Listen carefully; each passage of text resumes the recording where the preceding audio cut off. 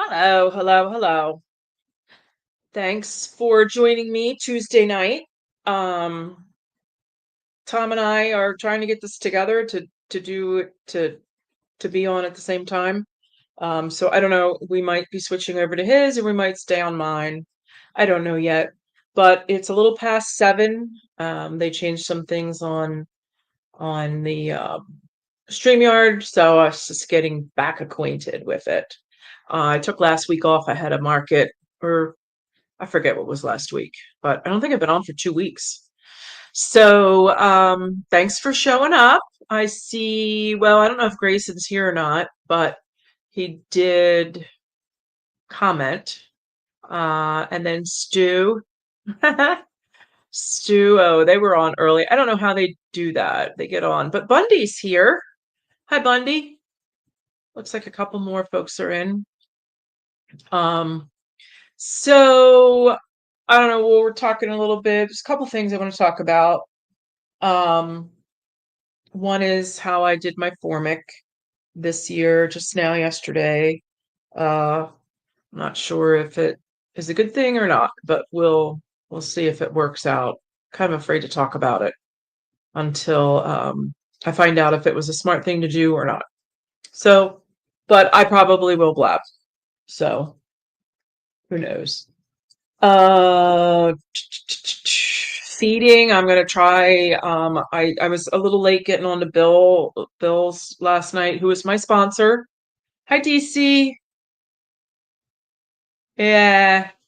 So Bill at Shenandoah Bee Supply is my sponsor, and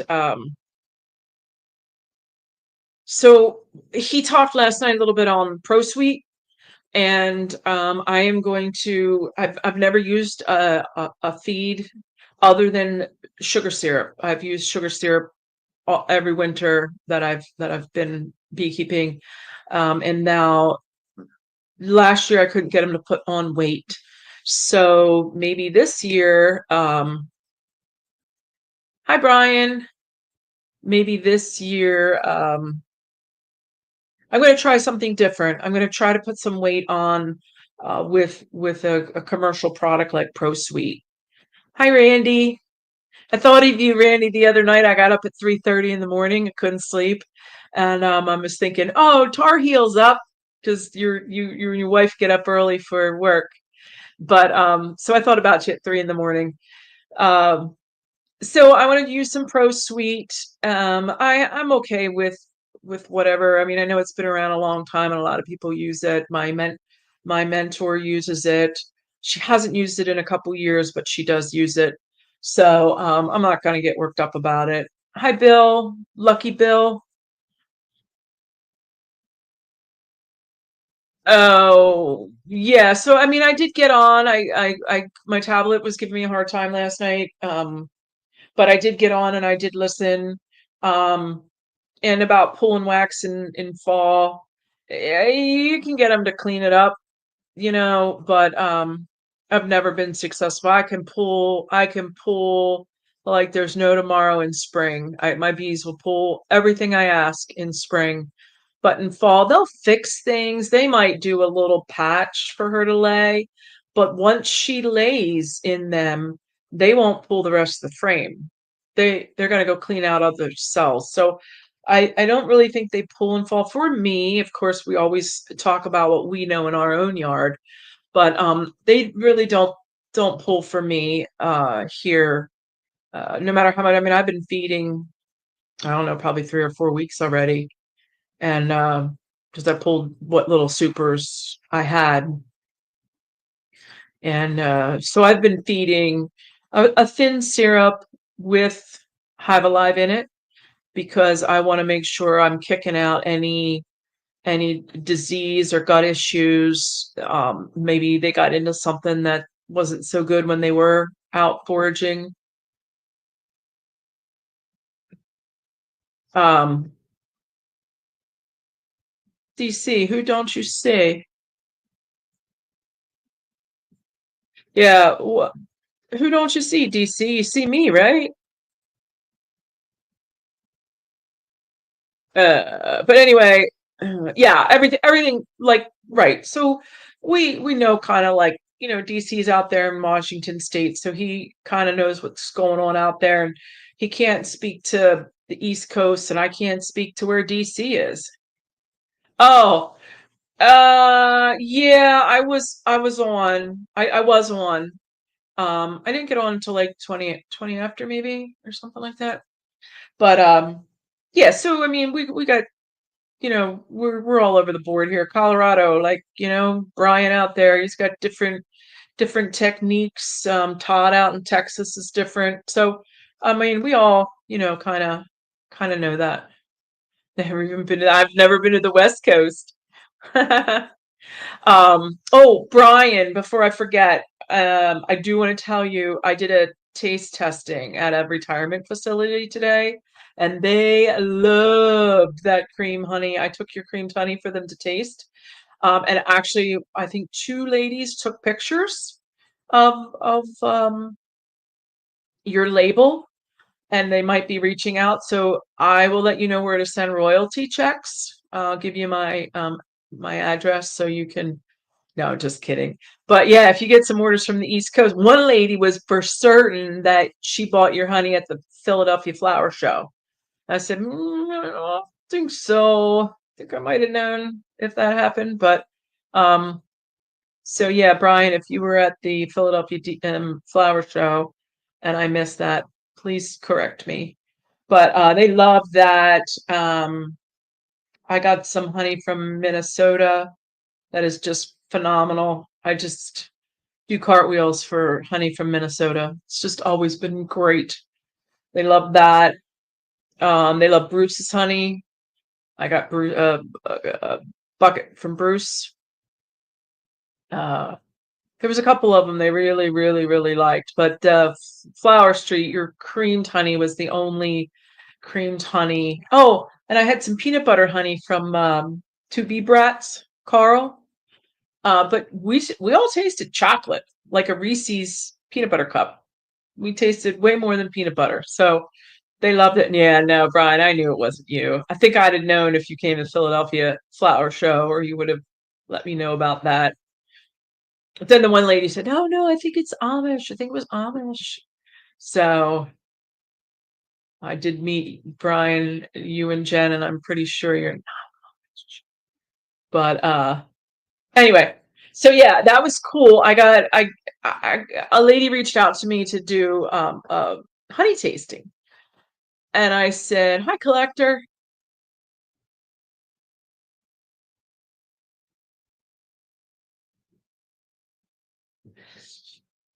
Um, so this lady contacted me, and she's like, "Do you want to do a honey tasting?" And I'm like, "Yeah." And then I got back to her. I said, "I don't know. I only have like most beekeepers, have summer, spring, summer. Some have fall, but my honey all tastes the same. But see a seasonal difference. But I said, if you want to bring the cheese and crackers, I can figure the rest out." So she said, okay. So that was today. I went and did that. And what I did was I collected all your honey that I had on my shelf. And I took in a whole bunch of honey from all over the country. And we tasted it. And some was better than others, and some had crystallized. They were able to experience what crystallized was. We could talk about that. I did about an hour and a half talk on beekeeping, and then we did the tasting, and it was fun. It was really fun. So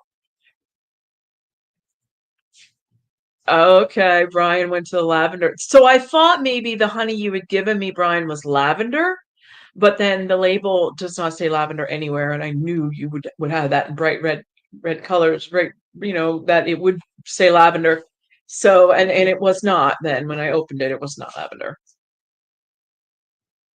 Yeah, so right, so it was fun. I just really enjoy that population much better than the little people population.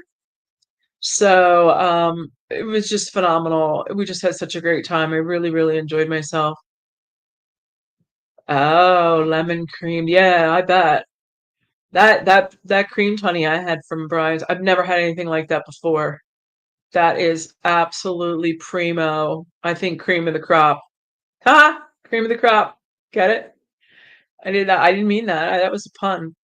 Um, but yeah, Brian, you're hands down. I mean, I've had some others creamed honey, but that was phenomenal. And I think I could tell you used spring honey, right, Brian? You used spring honey in that because I know some people use their darker fall honey.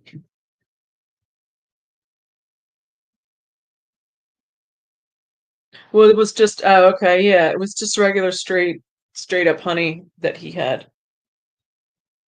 So, sorry. Yeah. It had a crisp bouquet, like a crisp spring bouquet to it, which was nice. Okay. So anyway, that's what I did today. I went into the talk. I had one honey flow mostly. Oh, Linden. Oh, Linden. Okay. Huh. So Brian says yes. Oh, I could put this up. Forgetting my manners here, sorry. Uh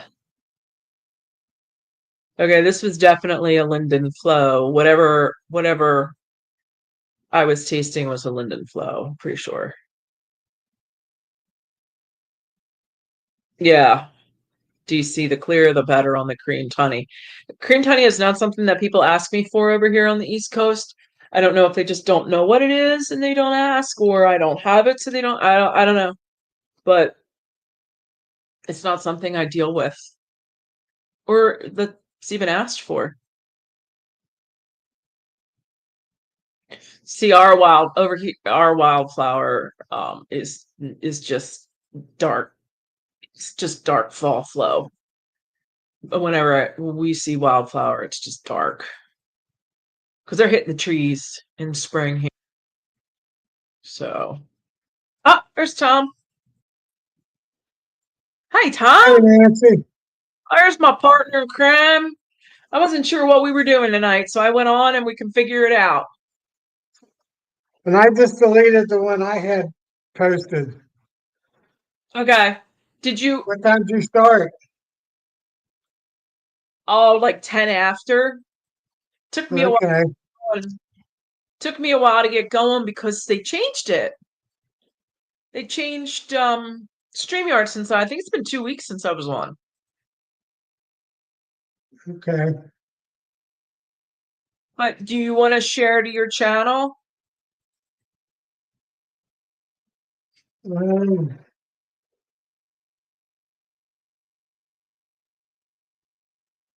Oh, sourwood. Yeah, I don't know if we have. Hey, Lois.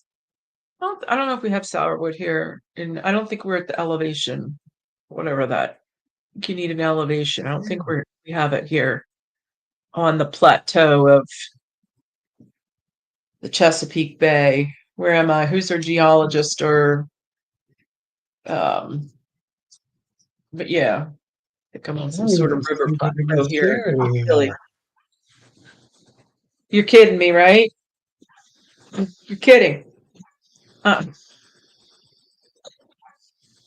all right, you'll have to excuse me for a second, Tom.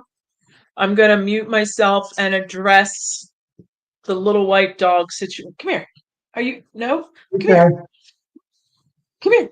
And while Come you're here. doing that, I got I pulled five more of my extra production hives today and got almost 3 buckets of honey. And these were all splits I did back in the end of April. So that's not bad. So hey Bundy, Randy, DC, Rick, who else was on here? Flower Street. So Brian and Jen, uh, Bill Lee, howdy. Going through all the comments. And Gary and Grayson. All right, I'm caught up. Woohoo! I'm trying to find how I can share this. Usually there's a string up here. Oh, here we go.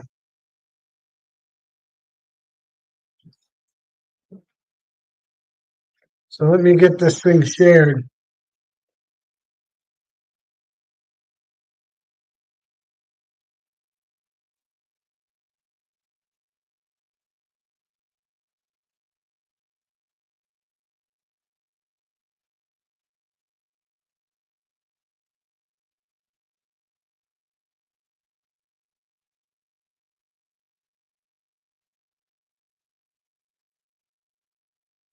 Hey, I think I'm sharing it now.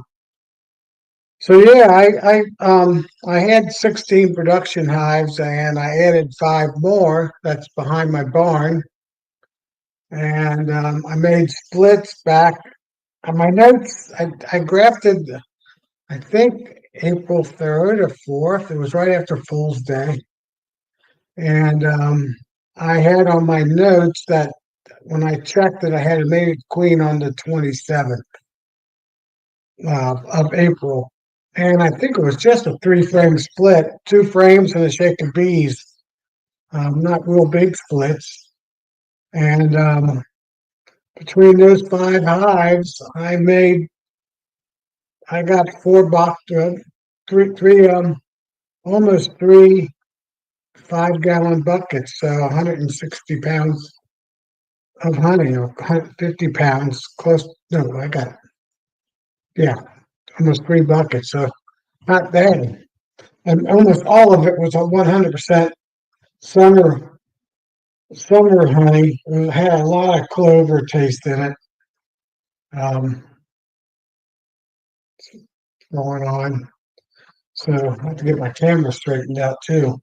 So yeah, Bill, it was. I was kind of surprised I got that much honey. Plus, I put a super on each one of them that none of it had wax comb, so all of it was old or new medium frame, super frames, and 2 of them got over, I'd say 7, 8 frames with comb on it. One of them didn't get touched, and one of them they touched all 10 frames, but they didn't put comb on any of them.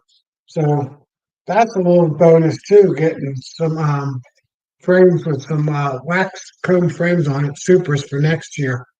So I'd say I got about 50%. So I still got to go through my 2 monster horizontal hives. I'm doing that tomorrow morning. And the first monster hive has 3 hives in it, and they were splits. Um, my second, those were probably middle of May splits. My second, well, I only did 1 graft, so all those were swarms. Um, where I took the queen and another frame that they had put food on, like 2 days later after I put the swarms in a 10 frame box and made splits out of them, and took the rest of the bees and shook them in my production hives. So those 3 hives are from swarms, 2 frames with a existing swarm queen. And then my I other don't know how to four do it. hives were big ones. Yeah, that's your spring and summer. No, it is not, and it's not doing it justice. So I'm going to move it around a little bit. This is Watertown, Minnesota. These are the labels that I made up. So it has Okay. that's the labels I have, and it for me it'll be like the little bee on the top is I think it's Ames from Minnesota, and then this is Bruce's. Okay. Very different, but both wonderful. Great reviews today for those two. But I just wanted to show you that. Man, I'll tell you, that honey from Minnesota is out of this world. It's the second one I got from Minnesota. I had gotten a couple years ago. And the honey is the floral bouquet is like roses. It tastes like roses smell. I don't know if that's a good analogy, but it was unbelievable. So anyway, what were you saying? Sorry, I interrupted you. I was just saying I still on my second horizontal hive has 2 big swarms in it and then a smaller swarm in it that I caught this year. So I'm expecting honey out of at least two of those hives, probably a Still, deep out of each one of them. Because if I remember still right, more. they're both 9 to 10 frame swarms.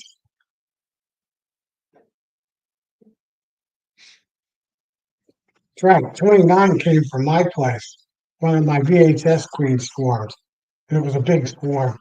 It was a big hive. So I, that should have some honey in it. So I'm pulling that tomorrow. So if DC goes to, I always call it the expo. I think Navi's just, I know Cayman Now hates the Navi, expo. but if the DC comes to the expo, he better have a keyboard on a chain. Otherwise, I won't know who he is. Right, Yeah. DC? You need to come with a keyboard. You better have a keyboard on your chest. So then we know. No name tag, just a keyboard. That's all you need, That brother. would be Dave, that would be awesome that if you could make it to the expo. Yeah, Yeah, I that hope. would be, I hope some of those regular, like there's some regulars that we know we see every year, but some of the new ones, oh man, it'd be great. Like I hope, like Peabody's on the East Coast, Bracken, like some of these, Grafting, yeah. I like recognize them. yeah, that'd be nice. It was DC, you just Grafting's do it. birthday. It's $1,500. It's going to cost you $1,500 for airfare. Well, I don't know if you're driving. If you're driving, it's expensive too because you got to stay. I uh, think and then that's you a heck of forget. a drive from DC. That's three Yeah, days I of don't know. I driving. wouldn't do that. The fatigue is not worth it. The fatigue is just I not mean, worth it. you could do it in two, but you're going to be driving 18 hours each day. Yeah. And then you're not in any shape to be. I used to drive. I drove when it was in Tennessee, and it was 10 hours. And that I got down there and I was all wigged out, the first couple days, and then turn around to 10 hours again back. Oh, not fun. I would think days to the expo would be 32, 36 hours. Because he's Hey, clear Keith. on the West Coast. He's in the Northwest Coast. Yeah, DC, are you flying? And it's Can't be that. wintertime. It's going to be probably, probably gets to the point where it's more expensive to drive than it is to fly. But I don't know that. Well, in 3 day drive. That's January, six. he would have Yeah, to that's a take the 6 day. north. He would have to take the northern route, and that would be no chance. I mean, that would be very risky if that's even passable. Hi, Mike. Yeah, 3 day drive. That's what I figured, Yeah, but DC. that's one way. That's one way. Yeah. Right? So you stop overnight, you got to pay hotel. The problem driving is time of year. Yeah, Hey, my right. brother, Just fly, DC. Just fly 3 hours. You're there, man. It's simple. It's easy. But my anyway, brother, might I my brother digress? lives, just outside of where I live in Harrison, Ohio, and he drives to LA. I don't know, half dozen times a year because his daughter lives there. She's in the opera, and he drives it 3 days. In Ugh, the no summer way. times, he takes the northern route. In the winter time, he takes the southern route. I guess if you establish your stopping areas and people to visit and stuff, but yeah, I don't know. The 10 hours for me, and that was you don't stop for 10 hours. You can push yourself through that, but it's no fun then. But anyway, back to beekeeping. Hi, Keith. I saw Spillman was in. Yeah, So, I Pete um, and Mike said, so I really would love to get, if anybody has any contacts, the Canadian guys, um, to ask them to come on. I really want to talk to one of the Canadian guys about plugging out the frames. Like, because I'm gonna do a different type of feeding. I'm gonna do Pro Suite, and one year I did cook up invert sugar in my kitchen, and it was just way too scary. I'm not doing that again. So I'm gonna buy, and really the cost compared to making the sugar and buying sugar now. When I first started beekeeping, a 25-pound bag of sugar was $13. It is now $20. So I had to reevaluate that and redo the math a little bit. And uh, the price I got on ProSuite isn't that much different than what, so it would be 2 bags of 25 pounds, it's $40. So if I can get ProSuite for $45, already in the bucket, already done, I don't have to go to Walmart. I don't have to lug the 25 pounds. I don't have to pick up the 25 pounds, mix it in. So for me, a $45 5-gallon jug of ProSuite is better. You know, how are you getting it, Nancy? You picking it up or what? Yeah. I buy it from a supply house here. Yeah. Yeah. Or Yeah, or they're going to give me free shipping, one or the other. Well, no, you can't. You have to break the molecules for invert sugar, DC. yeah, Yeah, that's yeah. risky. I don't think you can't break the molecules to invert sugar without heat. Yeah, you got to heat it up to 234 to 240 degrees Two to two invert it. forty, so it breaks. Yeah, Yeah, it breaks, and you have to stir it the whole entire time. And it's a rolling boil. Like you can't let yeah. that. You can't just stop, or it And won't. you When got I say in, yeah. and you got to hold it for about 20 minutes without getting any hotter. Yeah, Right, and you have to stir it the whole entire time. You cannot walk away from it or you're gonna boil over. Like you have to constantly stir it. Like it's a mess. And I don't have any place to do it other than my kitchen. So I don't have an outdoor kitchen, and I did it once and I won't do it again. I can answer Gary's question. I have a 19-gallon honey tank, so I can fit basically three 5-gallon buckets in. And I just dump my buckets in and I blend them. But this year, since I pulled in 4th of July and then I pulled just now, there is a taste difference and it is darker now. But so my first batch will be a little bit lighter than my second batch when I'm bottling it, but not much. I don't separate it, and we don't get a fall. And since 2018, we haven't gotten a fall flow, except Yeah, for maybe right. this this year. I'm expecting there's a really good chance we're going to get a fall flow this year because we got 3 days Yeah. no rain, but it's supposed to get rainy again. That's going to get me rain into August. If I can get rain just 2 more weeks, 3 more weeks at most, um, I'll have a fall flow. Goldenrod and esters will be booming. So what I do is when I pull my honey, I harvest it, I put the supers back on, and then I pull them again. And every time I pull them and every time I harvest, it gets darker and darker. So the first ones Yeah, are always light, and then the next pool is darker, the third pool is darker, but I don't get a fall flow. I usually extract like three or four times, and each time can be, I don't know, couple 100 pounds. I used to get about 12. Up until this year, I got about 1,400 pounds a year. This year, not so much. And yes, we are making rock candy. That's actually almost where you're going with that invert sugar is rock candy. You're correct. yeah. They're just heating it up hotter than 240 to turn it into rock. That's what happens if you get above 240. So you want between 234 and 240 so it doesn't get into a rock candy. Yeah, And yeah, you're heading there though, but you had the right idea. And then there was another question in here I saw. Can you folks put your questions in all caps So as it starts to move and I want to go back and find it. I'm making fun of it this year. Matt I shared can his find recipe it. with No, me. I find it. I was talking about I can find the if you put it in all caps. Oh, here you go. Here's Stu. My fall honey is almost black and thick as are you getting fall honey already?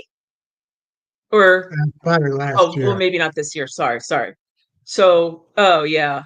That's ugh, I don't like that. I don't like that stuff Yeah. at all. Thank God I don't get it. Black Uh, and thick as can be. and Yeah, after your moisture content. all the honey the bees get now, they get to keep for winter time. So I don't really pull much fall honey. Plus, I'm gonna probably start feeding them soon, but I might not feed them this year. See, that's a double-edged sword. I'm almost sure we're gonna get a fall flow. I might just hold off to 2 more weeks till we get into the like the 10th of August, and I can look at the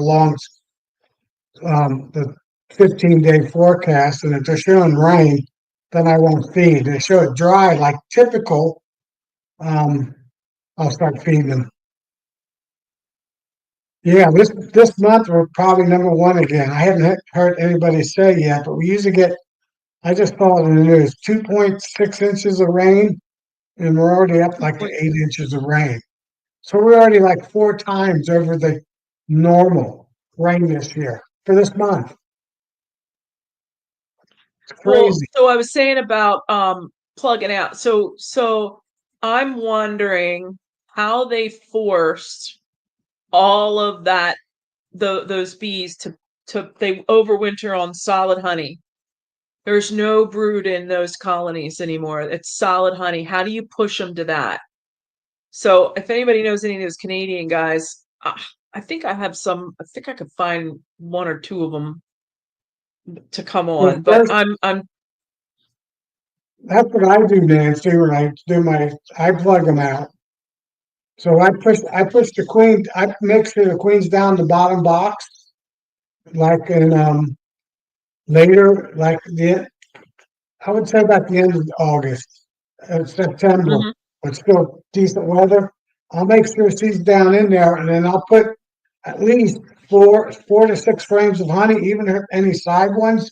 I'll put over the top of the brood box. That way, she will not go up. And then you'll start backfilling the Oh, sides of each box, the top box and the second box with honey. So I move the honey above the queen, and it takes about five well, frames. yeah, I do a deep and a medium, and so I just couldn't get them to store last year. I just couldn't get them to store enough. But I'm just so that's why I'm kind of going to try this Pro Suite to see if they'll store more of it um than they have in the past, and just to see if I can plug them out a little more, get them to hold some of Yeah. that. Hi, Tim and Hannah. Hey, Wow, nice to Ted, see you on Tuesday. and Hannah. Um, yeah, so we don't ever go completely broodless here. Like that's not really what happens. We always have some sort of brood, but I'd really like to see if I can plug them out more and more. Well, I know if I wait till like September, there'll only be 3 frames of brood at the most, 3 frames. What So did you say? When? When? September, Oh, okay. and then I run two double deep, so it's easy for me to take the outside frames of the bottom box that's typically honey and move that up above her with any honey that's up there. And basically, she stays down in those 3 frames, and then they backfill the sides up.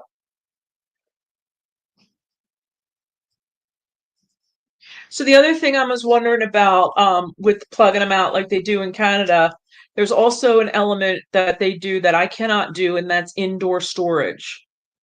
So I'm Yeah, just curious about plugging them out like that. And if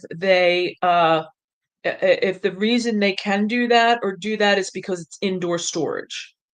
So that I was the think other because it, question I had I think Nancy, a about. lot of it because of storage. They keep that right at nominal, perfect temperature and perfect humidity, Yep, yep. so they don't need to eat too much. So I was curious about if that's part of, if when our temperature is not regulated, they pull the feed down, they consume, like it ebbs, it's kind of like a wavy line. They Yeah. brood, they backfill, they brood, they backfill. So we're always, so I don't know if I can even do that here, but hey, Well, Russell. if you had your hive at 43 degrees and 50% humidity all the time, they wouldn't be eating. They would hardly be eating anything because they only need to warm themselves up a little bit. Hey, Dodd. Dodd And House that's is what in. that's what that's So what yeah, England so does. I would like to. I don't know if the Canadian guys, um, if they're super busy. I think right now because they're wrapping up well, they're extracting to wrap up their season. So we will when they're done up there, we will be getting into our fall down here. Well, I'm northern than some folks, but so I don't know. I just like to talk a little bit more about that, but with the Canadian guy, somebody that's up top. I don't know if Minnesota Mike does that sort of thing or has some comment on that since he's way up, if you're way up north. Right. And this year, I'm Yeah. planning. One of my goals this year is two deeps and a medium super that I'm going to have them plugged up with. So I won't have to put any sugar bricks on them, and I'll just put fondant on them like in late January, early February. Yeah, That's I the do. game plan. I always do Hive Alive fondant because it's going to clean them out. It's going to so fall when the fall honey also is very ashy and attributes to binding up the gut. So um, any fall honey, anything they bring in, goldenrod, asters, and things like that is a little harsh on them. So if they do pull any of that in, I don't harvest it, but I'm sure to feed them with Hive Alive in the spring so that they're Right, able to clean. And since I've been using Hive Alive, like we talk about, oh, I don't see a difference. But it's what I'm not seeing with Hive Alive. I'm not seeing gut issues. I'm not seeing, dysentery or nosema. Technically, I guess let's you move don't on really that. see Right, nosema. But that, I mean, my colonies are clean by the time they start flight because or fly, real spring cleansing flights because I have already fed them Hive Alive fondant, which they got 2 packs last year. They went through 2 packs. And then I also do a very thin syrup with Hive Alive in it in the spring. So when they do start flying, they're able to really clean themselves out. So with Hive Alive, sometimes it's what you're not seeing that is important too. right.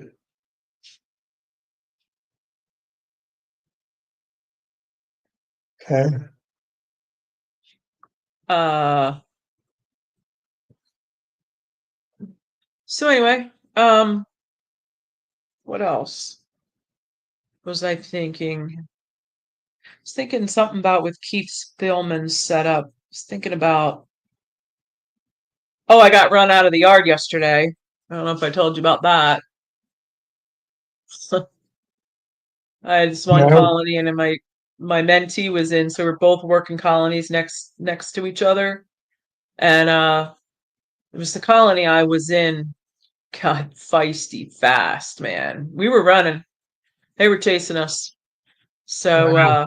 and then they chased us again after so then I did a big circle and then came back, ducked in, got my smoker, and just started smoking the crap out of everything. And I was able to get them built back up, lid on, So I don't know what's wrong with that colony. There's something wrong. They're either queenless or hungry. Yeah, it sounds like they might be queenless. Hey, Yep. Kimberly and Clay, so they're here. Kimberly, was it just, oh, what's Kimberly saying? What did she say? She just said hi, right? Well, she make a comment.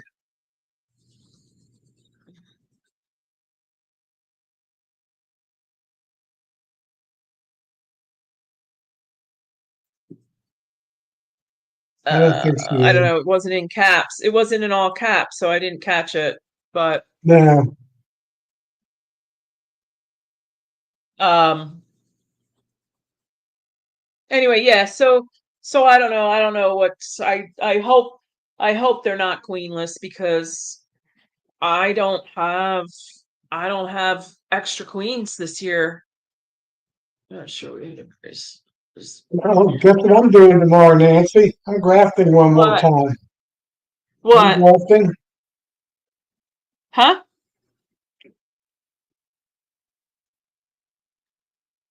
I'm doing about 10 or 12 cells graft tomorrow. I sold a couple of my queens because every year, this time of year, the new beekeepers don't have a queen. They kill their queen or something happens. So I have to replace a couple of my queens out of my nukes that I sold. So little graft. You're my last one for sure. Oh, grafting. You know, I didn't hear what you said. yeah, Little dog I'm needed doing to go 10 or out. 12 cells graft. I keep getting calls. People say, Tom, you got a queen? You got a queen? Well, I got queens, but then I don't have queens. So I sold a queen.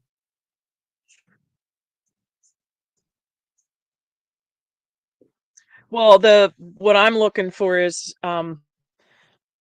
we know when the queens shut down up here when we're getting calls for queens. When people start calling, I need a queen, I need a queen, or Facebook, they're coming on. I need a queen, I can't find my queen.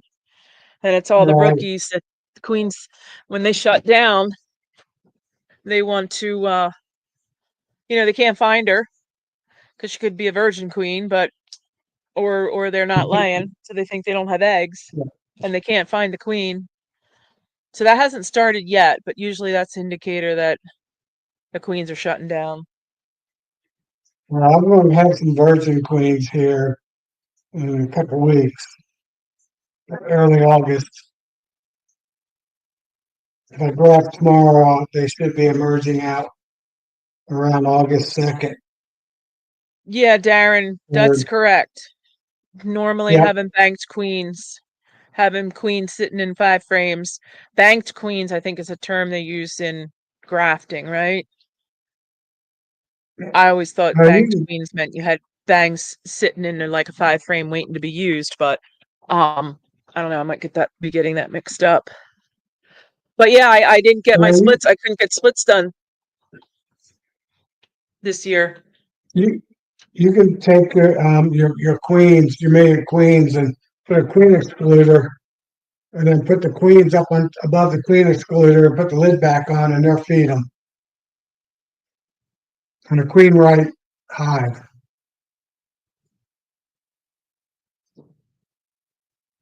Were you talking to me? Sorry, I was walking Well, around. that's what banking is. So you can have like 4 or 5 mated queens. You put them in cages, and then you tape them up so they can't get out. You put them on top of the queen excluder on a queen right hive. Oh, Then okay, you I can got you. store them there.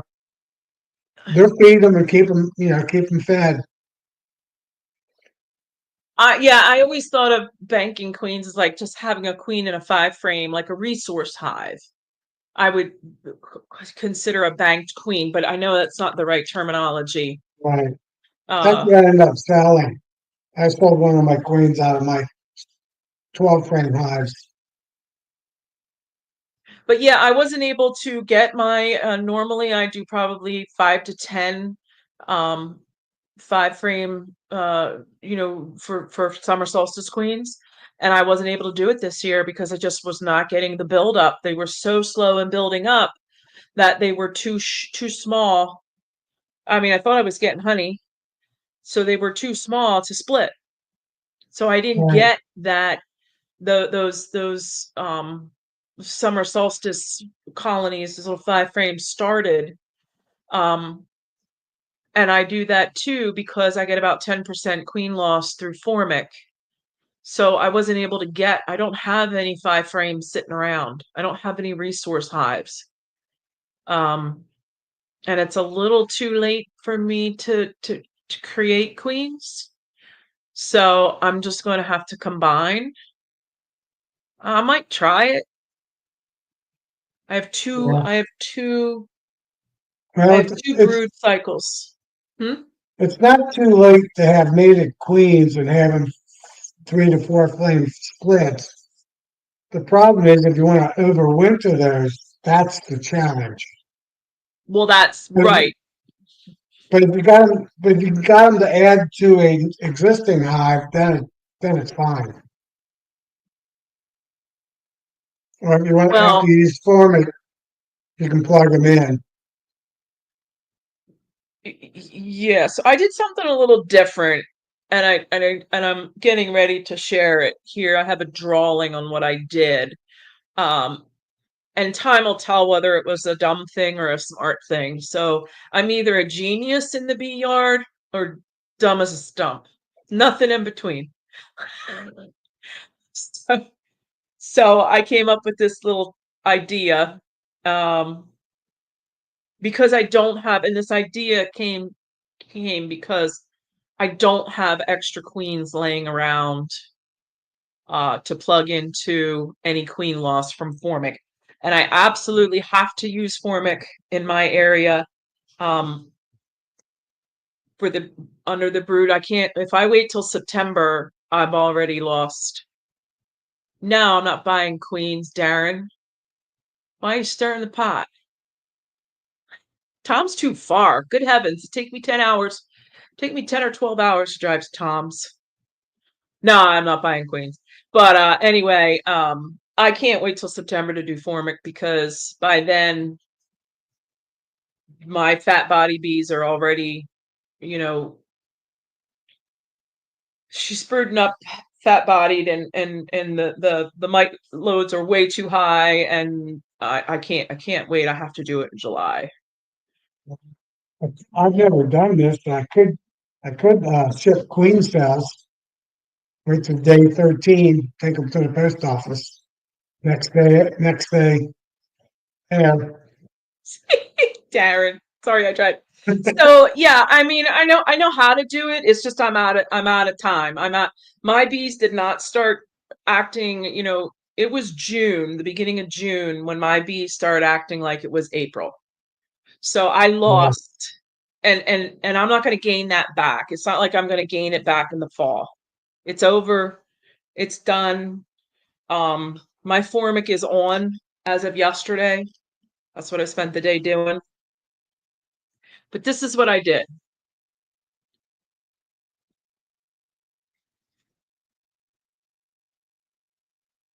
deep, Let me medium, see. What am I doing here? What am I and doing? There's a queen. line. There's a line in my screen, and I can't figure out how to get rid of it. I can't figure out how to get rid of it. Hold on. Let's see that. So it looks like she had a deep and a medium, and then another deep with a queen in it on top. So this is what I did.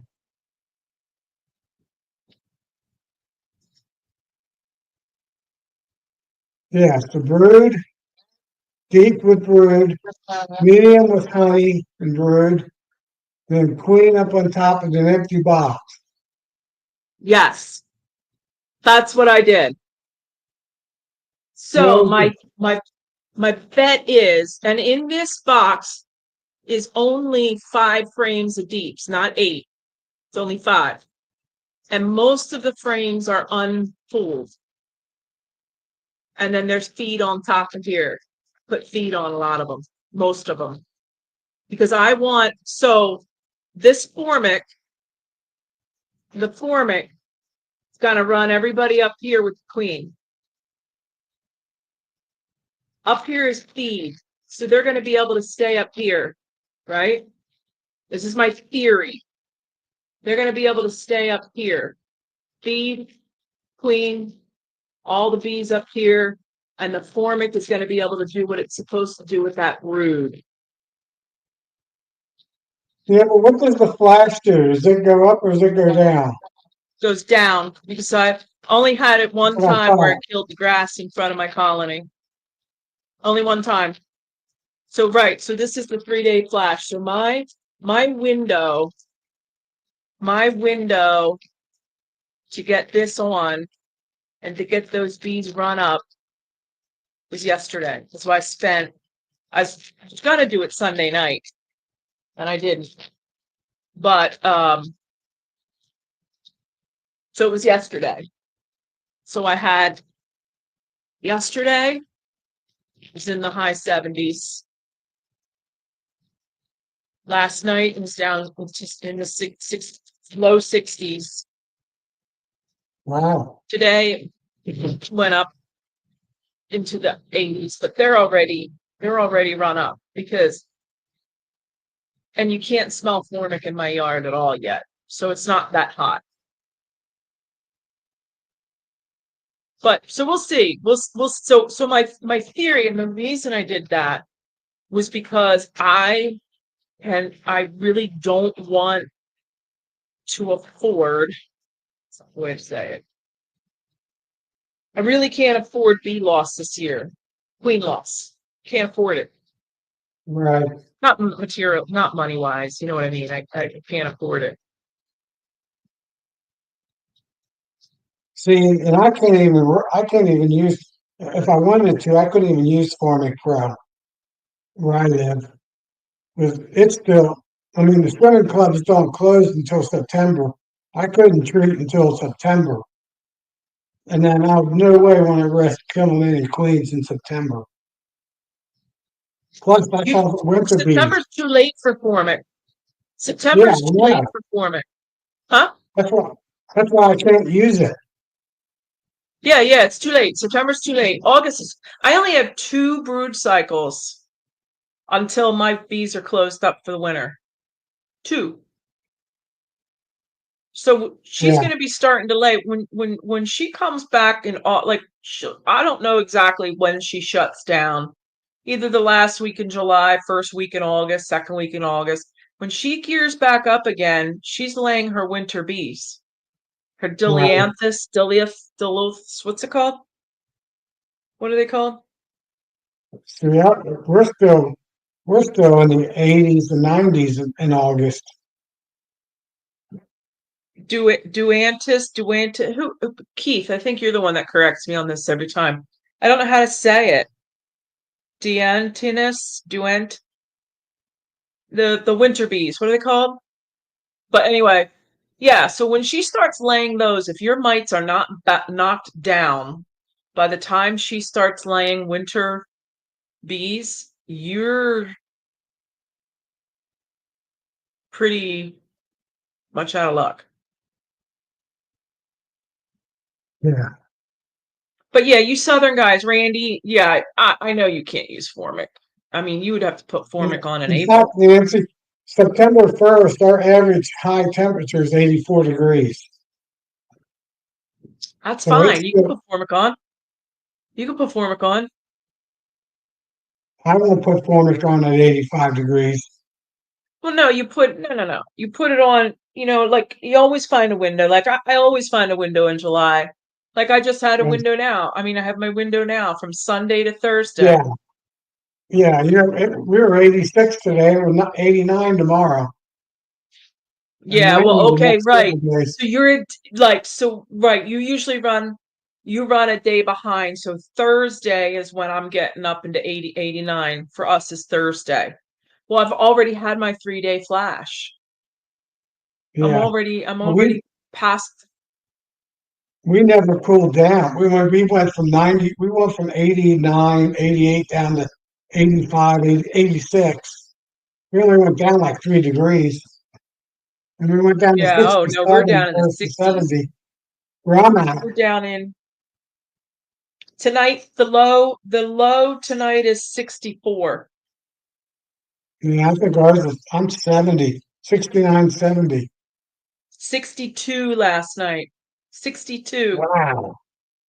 That's my first night with it on, 62. They're not even bearding. They haven't even started bearding. So I know I'm and then it's 65 tomorrow night, Thursday night is 70. But by Thursday I'm out of the 91. 3 days. I'm out of 3 day window. They just changed. It's 91 tomorrow. So Oh, so the good. other thing I wanted to say about this was that queen up there, I have a hole. I drilled a 3/8 inch hole and I can do a vapor on just that box. Okay. Where the queen is, I can bait them up there. Forgot that part. Well, that should reduce the chance of losing that queen. Yeah. I think I think all things considered that's my best bet, you know?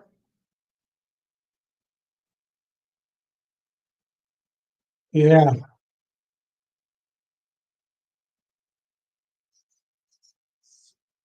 But anyway, we'll see. So if she lays anything up there, I mean, I would hit them within less than. So I did them yesterday. So the first I'd have to hit them with OA would be that top box would be 6 days, Yeah. no more than 7 days, another week. Right. So Yeah, DC about 18%. You don't want to get much over 18%. shake them when you pull the frame. Shake them. Yeah, You'll that's know what I right do. away. If it You'll know doesn't right come out, away. it's at least 18 or lower.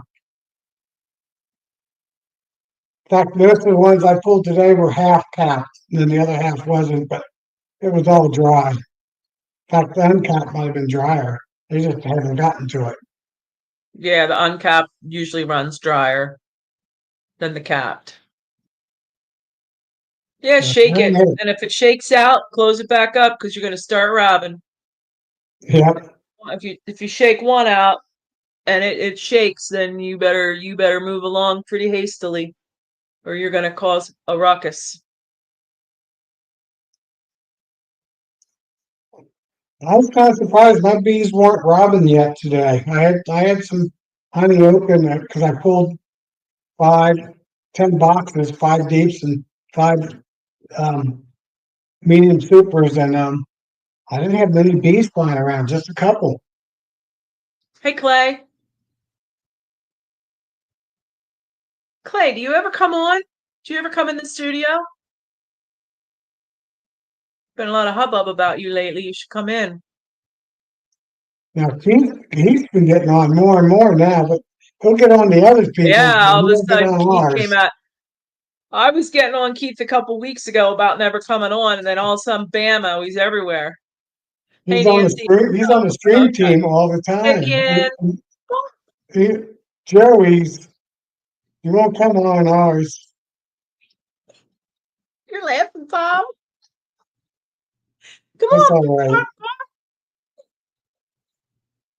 You got a Yeah, pin, all of a don't you? sudden Keith is everywhere. Keith's on all the airwaves. Oh, you don't have a Oh, pin live now. auctions. Hmm. You never pinned it to the top. Oh, who's this? Hi, all. Sean. Hi, Sean. Hey, Boutros. Sean. That's from you, Tom, huh? That's one of your guys. Let's see. Yeah, he's up north. Yeah, I'm looking. I'm looking to see if I have him in here. Can't believe you bees is in here. Yeah, I got 23 people watching on my side. Let me put in, where'd he go? There he is, Sean. Where is Sean from? Sean, tell us where you're from. Unless, Tom, do you know? He's up north. Michigan. I don't Oh, know. Michigan. I don't think I have you on here. I don't think I have you on my little list. Yeah, he's up in Michigan. Oh, there he is. No, I have him. Oh, I have you from a long time ago, Sean. Urban, but I don't have Michigan in there. Okay. Huh. Short pants. Hey, where's short pants been? Oh, he has been in a long time. Yeah, I don't know what happened to him. Collector Rick, Nancy, chat not moving. What's that mean? That's on your end, Rick. If your chat box, you talking about the chat box over here? Lansing, Oh, Michigan. Huh. All right. Short pants. We haven't seen him in a while.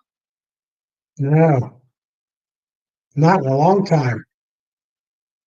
In Hmm. fact, I got his email. I'll send him a text tomorrow.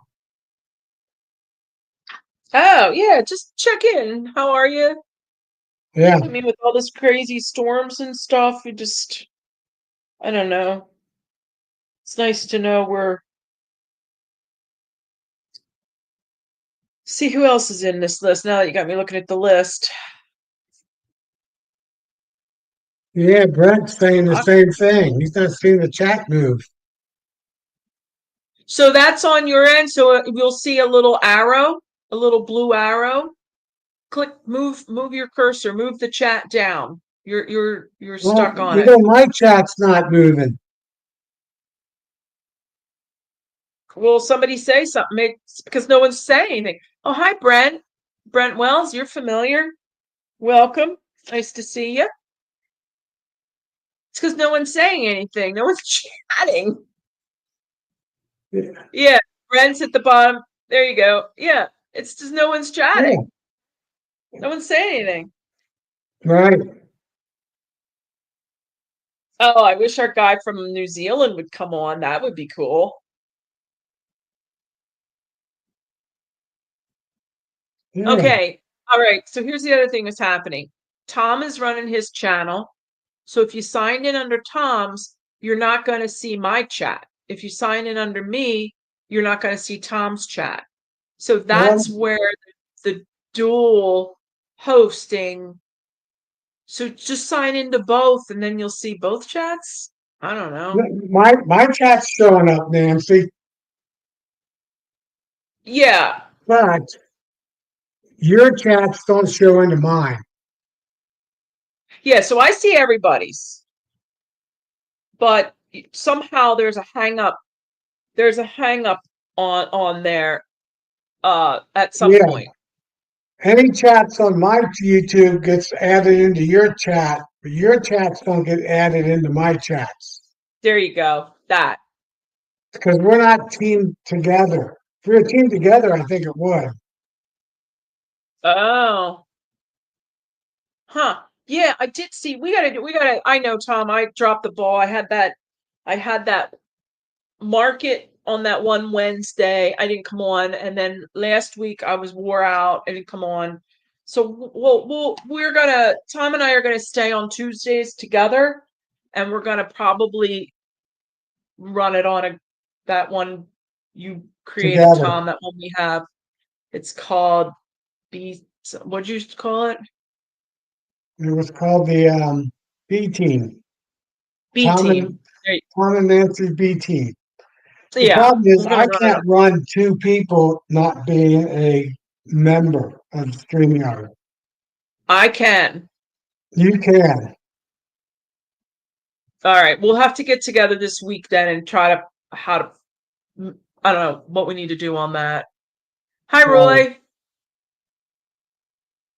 Hey Roy. Yeah, DC talked about what did he say? Oops. Oh,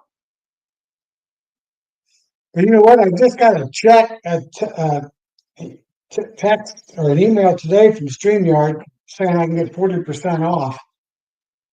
You get what? 40% off. 40. Yeah, Yeah, StreamYard. DC here. DC people complaining at my keyboard. Sometimes DC you do overrun the chat. Just saying. Sometimes you're the only one over there. You're the only one in the room. So I'm saying you better have a keyboard around your neck when we get down to the expo so everyone knows who you are. The Yep. Tamansi. The Tamansi. Now you see something funny. The Tamansi channel. Nancy Channel. There you go. I don't know. Let's try again. That's okay. That's okay. I don't like it. All right. Howdy, second place winner. What's that about? Roy. Second place winner, James. Roy, were you the first place winner?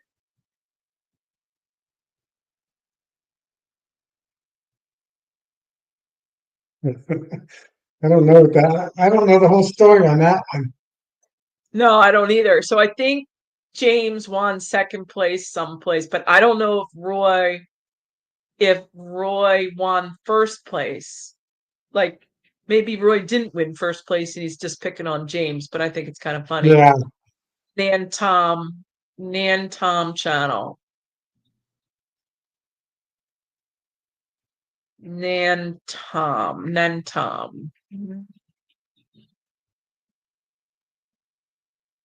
Oh, honey contest.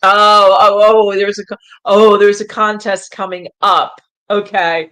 So Roy's already jockeying James into second place and Roy into first place. I get it. Well, good luck, you guys. Yeah.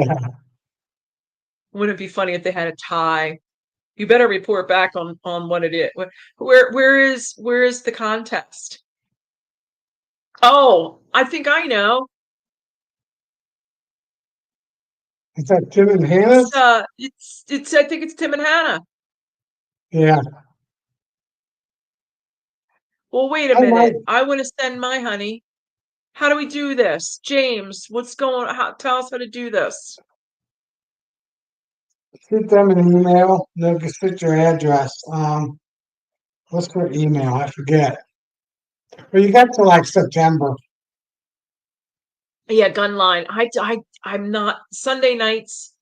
I kind of have to pay attention to a husband. I do have a husband, so I kind of try 2 nights a week. My wife, No, he's great. my He's wife's actually sitting outside reading a book or she's watching Hallmark, one of the two. yeah. I think mine's nap. It's 8:15. I don't know where mine is. Maybe he left for the gym and I didn't know it. I gotta send Tim and Hannah some of this clover honey. See what they like. Clover honey. The unofficial official honey tasting. Ooh. Gun line, you're on. Tell us, Yeah, he's can you here. come on and tell us how we do this? Because some of us aren't on Sunday nights. It's not nothing against Tim and Hannah, buttons as we prefer. It's just a family thing. Buttons. You'll be third. I use buttons. Really? What's Little that? smarty pants. Yeah, Gunline Bees. That's what it was. At Gmail, I guess. Email Gunline Bees, answer your email at Gunline Bees. Oh, Hey, James. yeah, okay. Oh, okay. Gunline Bees at what? Ugh. I think it's Gmail, but I'll be wrong. Oh, Keith. Keith, you get the blue star for the blue ribbon for the amount of honey you harvested. I think there should be categories. Gunline, I think there should be categories. Oh, I'm so sorry, Nancy. I had a bad day at the car, but I'm not ready up for. Okay, fine. No. So we're gonna okay, but just so we're gonna email you guys. We're gonna email you where to send the honey. You want like a 3-ouncer? Just enough to taste?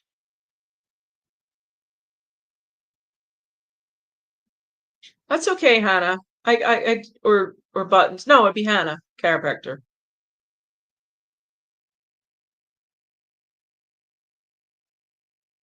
I was wondering if I met Hannah and Tim.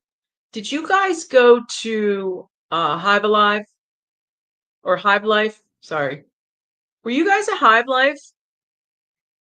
Like the second and third year?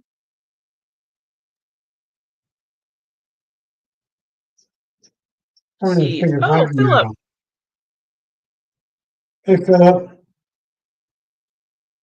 More prestigious. Oh, Philip, you know what? I did a honey tasting today at a retirement facility, and I Yeah, meant just little to sample. grab your 3 sampler with the dark, and I got it. I forgot it. I wanted them to try some dark stuff. Oh, not official. Oh, it's official, Gunline. It's official.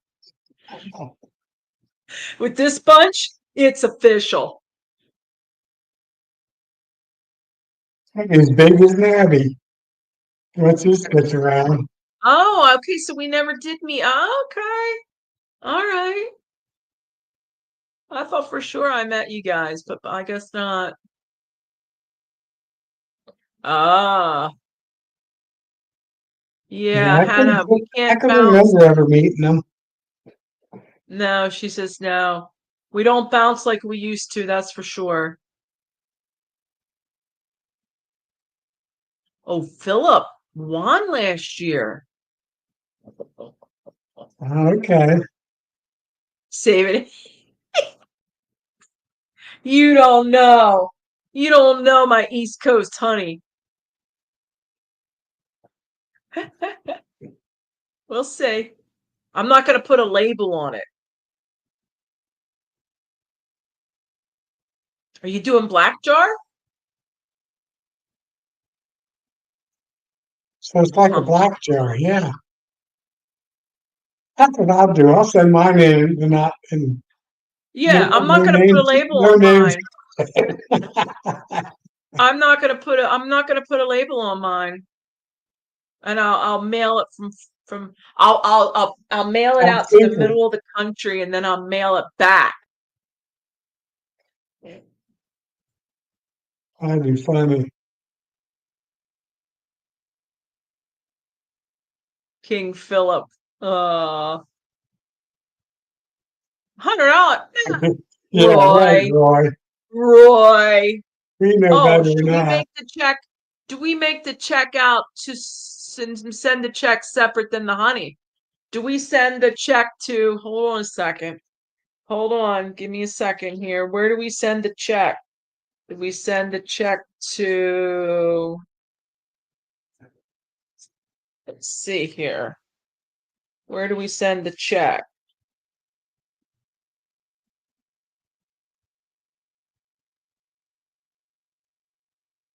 That's how they win first place. They bribe them.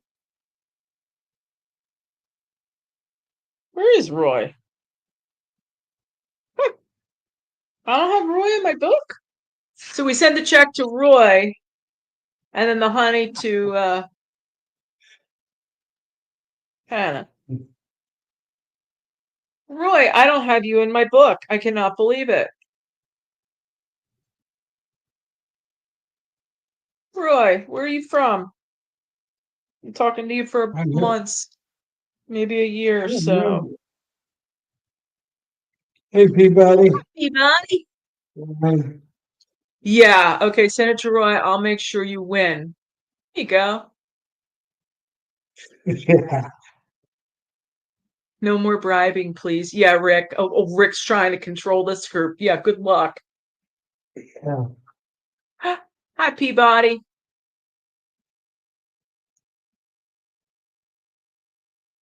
Oh, you had a good video. You had a good video the other day again. Who did? What I was did? it? Oh, and Darren too. Darren had a good Yeah. video. Yeah, Darren did. with his little Um, 3-framers. So, okay, here I got Roy in another Michigan, South Boardman. Oh, I want to say South Bend, but that's Indiana, Michigan. yeah, that's Indiana.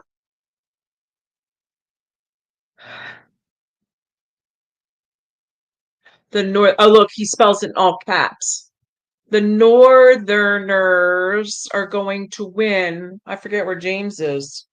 I'm a Northerner.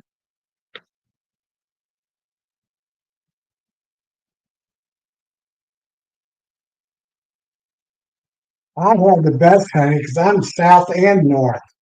So I get my honey's blended. You're Ohio. No way, James. It was north of Ohio is north. I mean, that's up by Michigan. That's almost Michigan territory.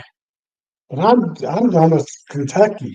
Oh, Peabody. Yes, we were talking. So Peabody. Hold on a second. Let's table that. So Peabody came on last night and was talking about Mite Wash. Uh, and let's see here. Yeah, but I got clarification that windshield washer fluid doesn't drop mites if it's not 75% alcohol or higher. Haha, I was told it works, but okay. So Peabody, years ago, we one of the things we started using was window washer fluid, right? And that's when we got away from the sugar, the 10x, the sugar shakes and stuff. We started going into a liquid. That was one of them that they started using was windshield washer fluid. It didn't last very long for whatever reason. I think it's a little more expensive. Um, then they went to straight 90% alcohol. And that also can get expensive if you're running a lot of colonies. So the next one then that came out was a free and clear, like a Dawn dish soap or a free and clear, because it's not harmful environmentally.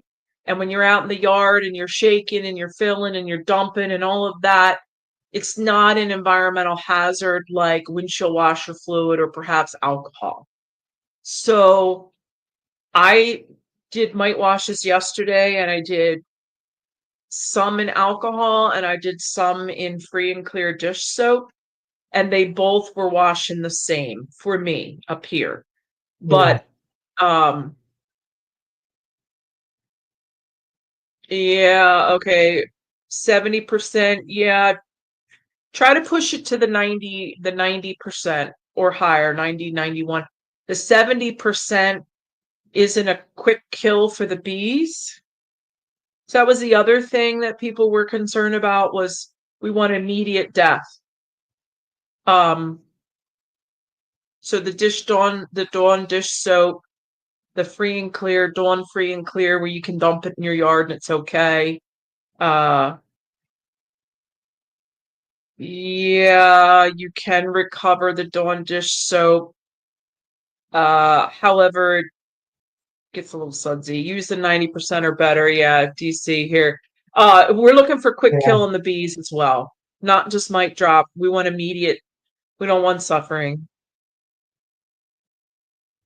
Well, so the bubbles here, you're supposed to you're supposed to just be doing this number, the wrist, not just Right.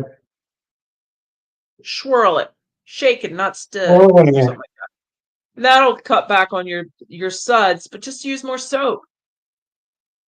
Just use more soap, less water, and just do a twirl. Do a twirl. Let it set. Do a twirl. Like a little wrist action this way.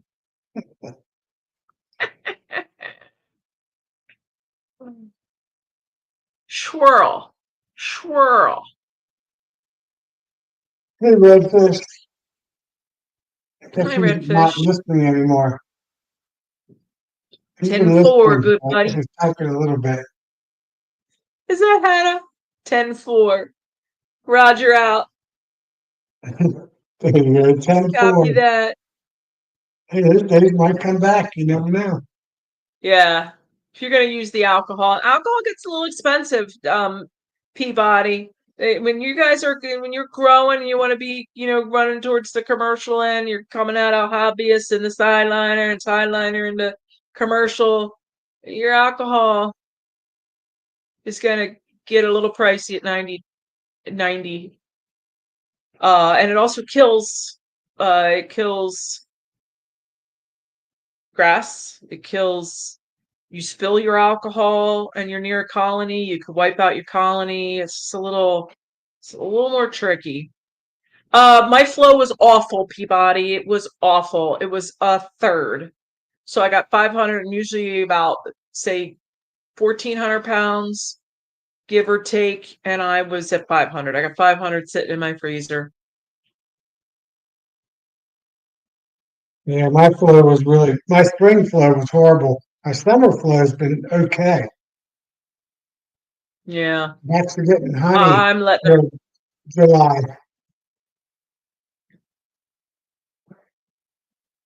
late mid June to Yeah, July. Roy, I July. get you. But I was having a lot of evaporation. Alcohol evaporates very quickly. And yesterday when I was out doing I ran through $3 or $4 worth of alcohol yesterday because of evaporation and spillage.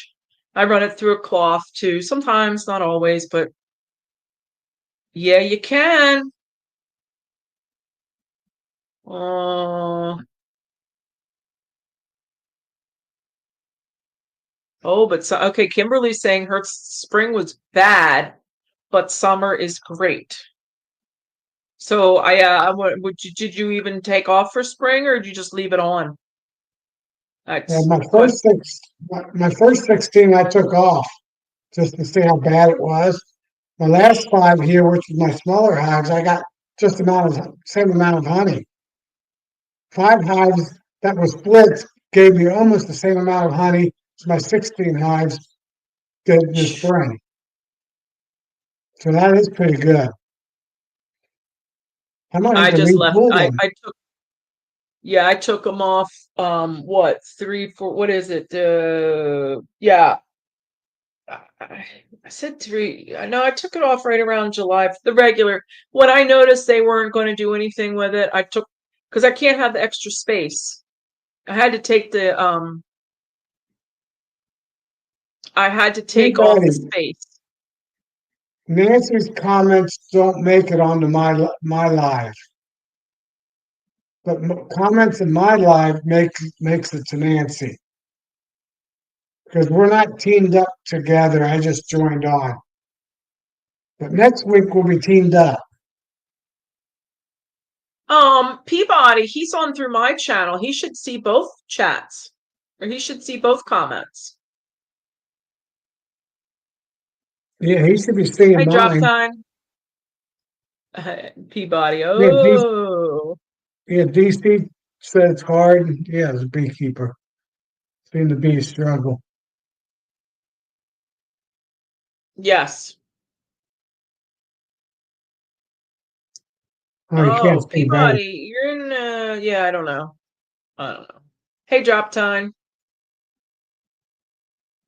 So yeah, so the mite wash, and then JW, like, you can't do the JW method where like he just drinks his mite wash and then doesn't get anything done and falls off his hive. So don't do that. But yeah, so Yeah, the suds, just use more soap. Homesteader, hi homesteader. a little homesteader. Hey, Chris, drop time and Russell A. Oh, he's doing charity work for the club. Nice.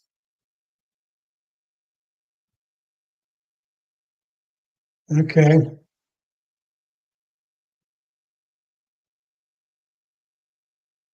What else do I want to talk about?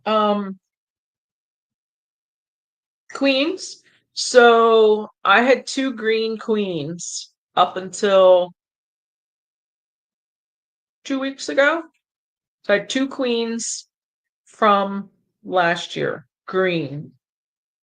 And they are both gone now. I don't think I have either one. They rolled her, they took her. She can't swarm because she's clipped, so they didn't swarm with her. So they just rolled her, but they are requeening. Yeah. And so those are 2 colonies. The one that chased me out of the yard, I think, is queenless. And then the one I took was showing signs of disease. So I put some DFM in it to help clean him up, and I was getting ready to feed him a little Hive Alive, but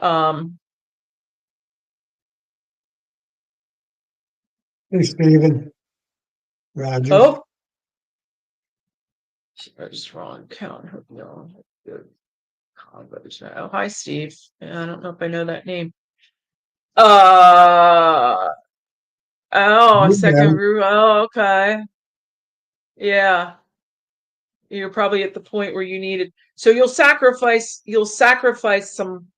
some honey sometimes if you add bees. You'll sacrifice some of your, but that's okay because you'll catch next year. You'll make up for the loss in uh production the next year. Oh, I don't know what I was saying. Oh, so anyway, so yeah, my colonies, they will requeen themselves every year if I don't do it. I guess that's what I'm getting at. So if I don't, make splits and sell off the green queens, they will requeen themselves every year here in my yard.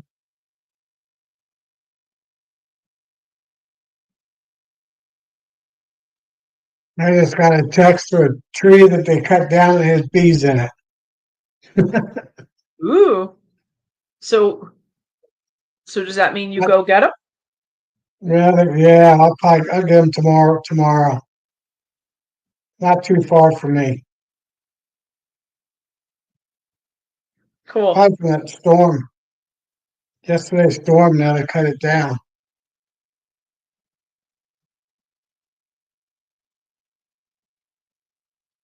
Man, phone's going nuts.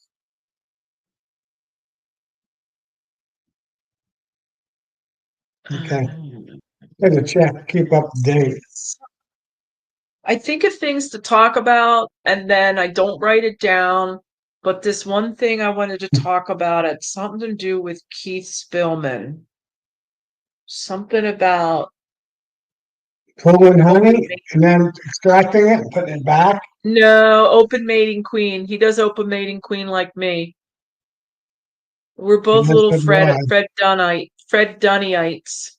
So we both followed Fred for years.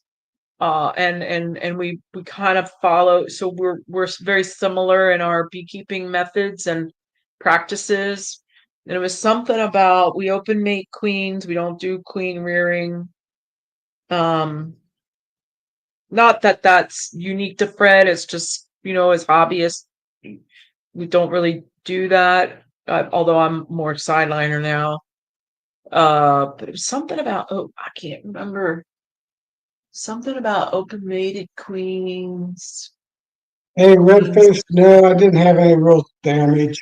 I had to hose off my patio from mud going across it when my drain overflowed. But and the winds didn't bust any real branches down, maybe little sticks, but nothing much. So knock on wood, we survived this one. Oh, good. I didn't know you were under threat. Well, yeah, we had tornadoes just a little south of me, about three Mm, quarters of a mile yesterday. mm.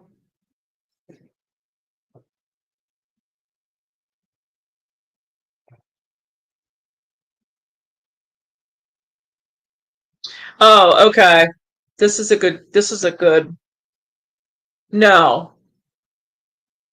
So every year new beekeepers in my area will get packages from the south. They'll get a little hot July and August. It's usually just new beekeepers. It's very rarely experienced beekeepers. One, because they're banging boxes, they're clanking, they're using it as a table. They're using the colony that they're going to go into next as a table. They're clonking, they're banging, they're dropping, they're going in with gloves and, really. So these new beekeepers, I got a hot hive, I got Africanized traits, Okay. Call an experienced beekeeper to come take a look. 9 times out of 10, the experienced beekeeper is able to get in there and calm them down, calm the beekeeper, not the bees, but calm the beekeeper, teach them a few things about being gentle, and the problem resolves itself. Well, if that particular person who thinks they have Africanized bees can send them into Beltsville, I believe, or even Penn State. I got to get back checked on that one, but they take the bees and they send them somewhere. And then they come back, and very rarely, almost never, are they Africanized. It's just they're a little fussy. Might be some Russians, which are the mean ones, Russians. A little feisty. So that happens in our area. The other thing that I heard, I've been trying to get this verified, and if anybody on here knows any papers written on this or have any hard facts on it, I'd love to know. But this is what I heard an old timer say one time, was Africanized bees cannot live now, and this is not a fact, this is just something I heard somewhere. Africanized bees cannot live above 60 degrees or below. Sorry. Africanized bees cannot live below 60 degrees for 60 days. So if you live in an area, I'm up north of Philadelphia, we are below 60 degrees for more than 60 days. So if any Africanized traits, and then there's also an opinion or a thought that there's Africanized traits in every colony, they just suppress them.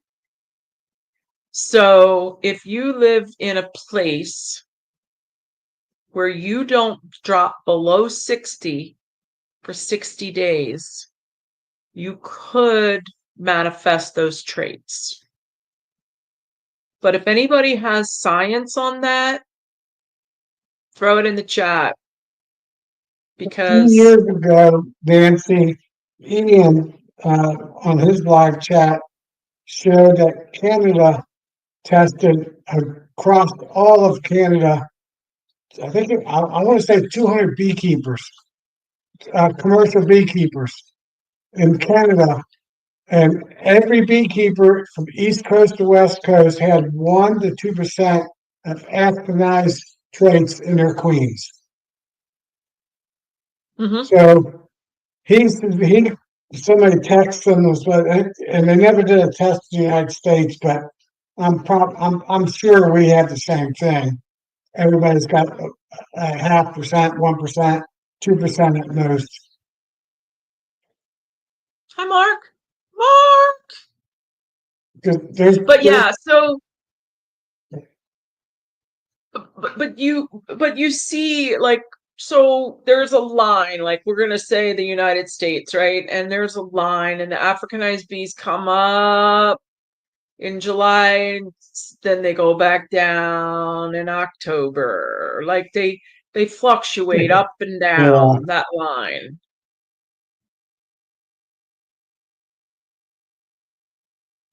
So see if there's any more comments. Yeah. Don't bang your bees. If you do bang your bees, make sure you're on the way out. You can bang the door on the way out. You can't bang the door on the way in. Well, I was on Bill's yesterday, and they were talking about wearing heavy denim jeans and everything, pulling honey. And I texted saying, I just wear my shorts and my shoeless shoes, and I put a jacket on. That's it. I didn't wear gloves or nothing. I did wear a jacket, and Yeah. I pulled honey out of 5 hives.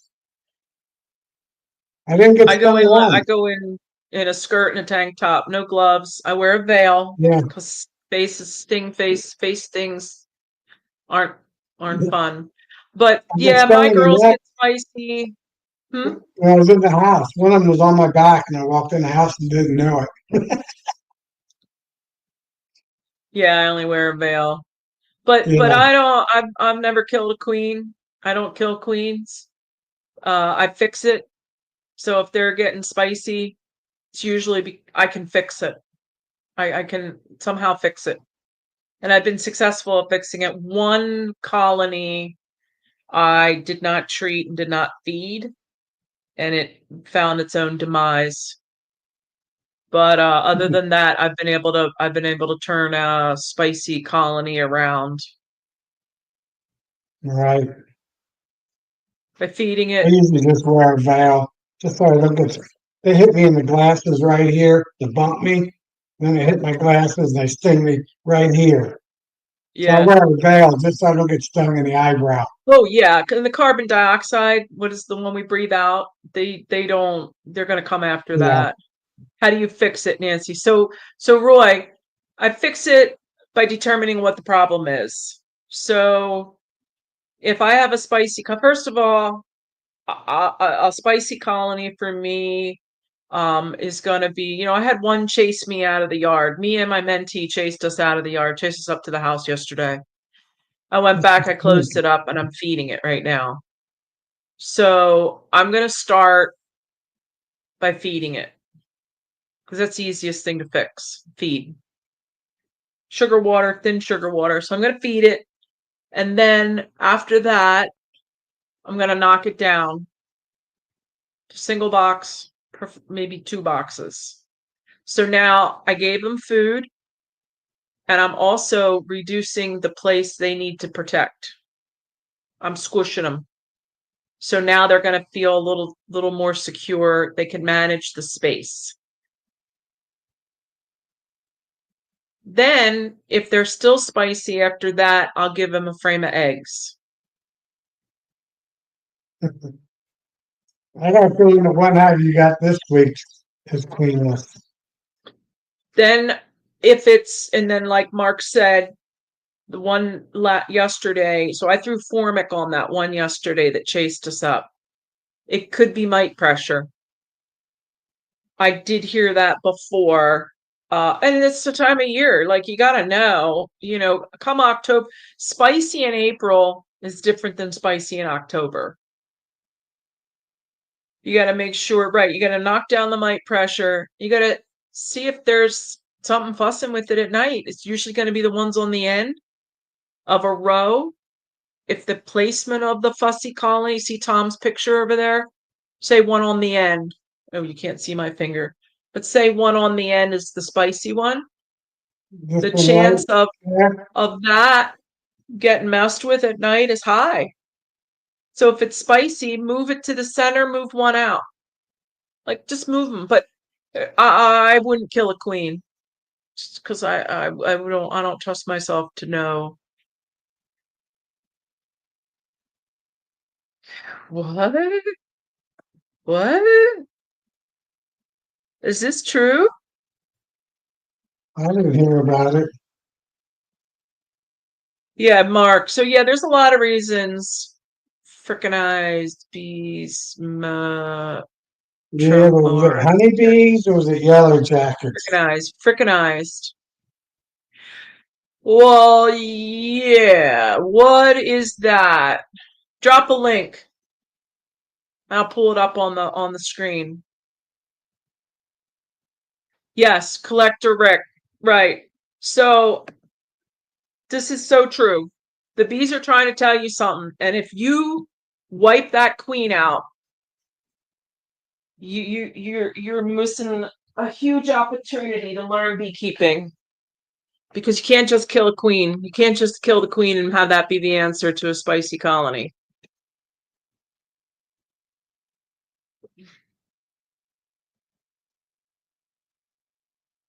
Oh, 3 strikes. I put up with it for a year. I did put up with it for 2 years with one colony. Here you go, Nancy. It wasn't honeybees. Yeah. Said a swarm of bees while he was mowing a bag of potting soil from his porch. So it was probably yellow jackets.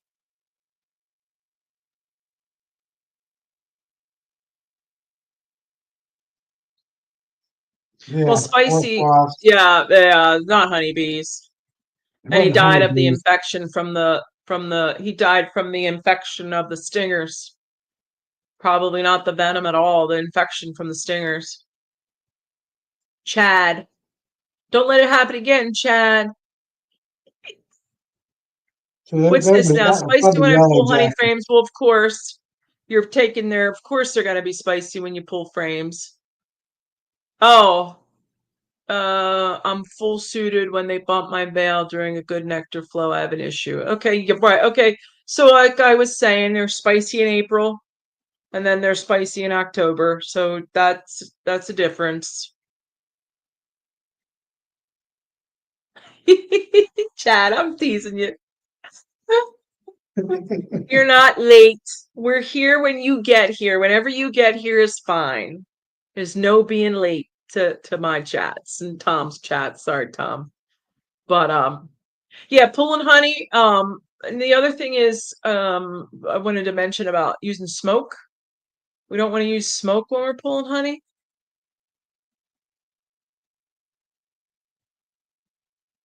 What's that?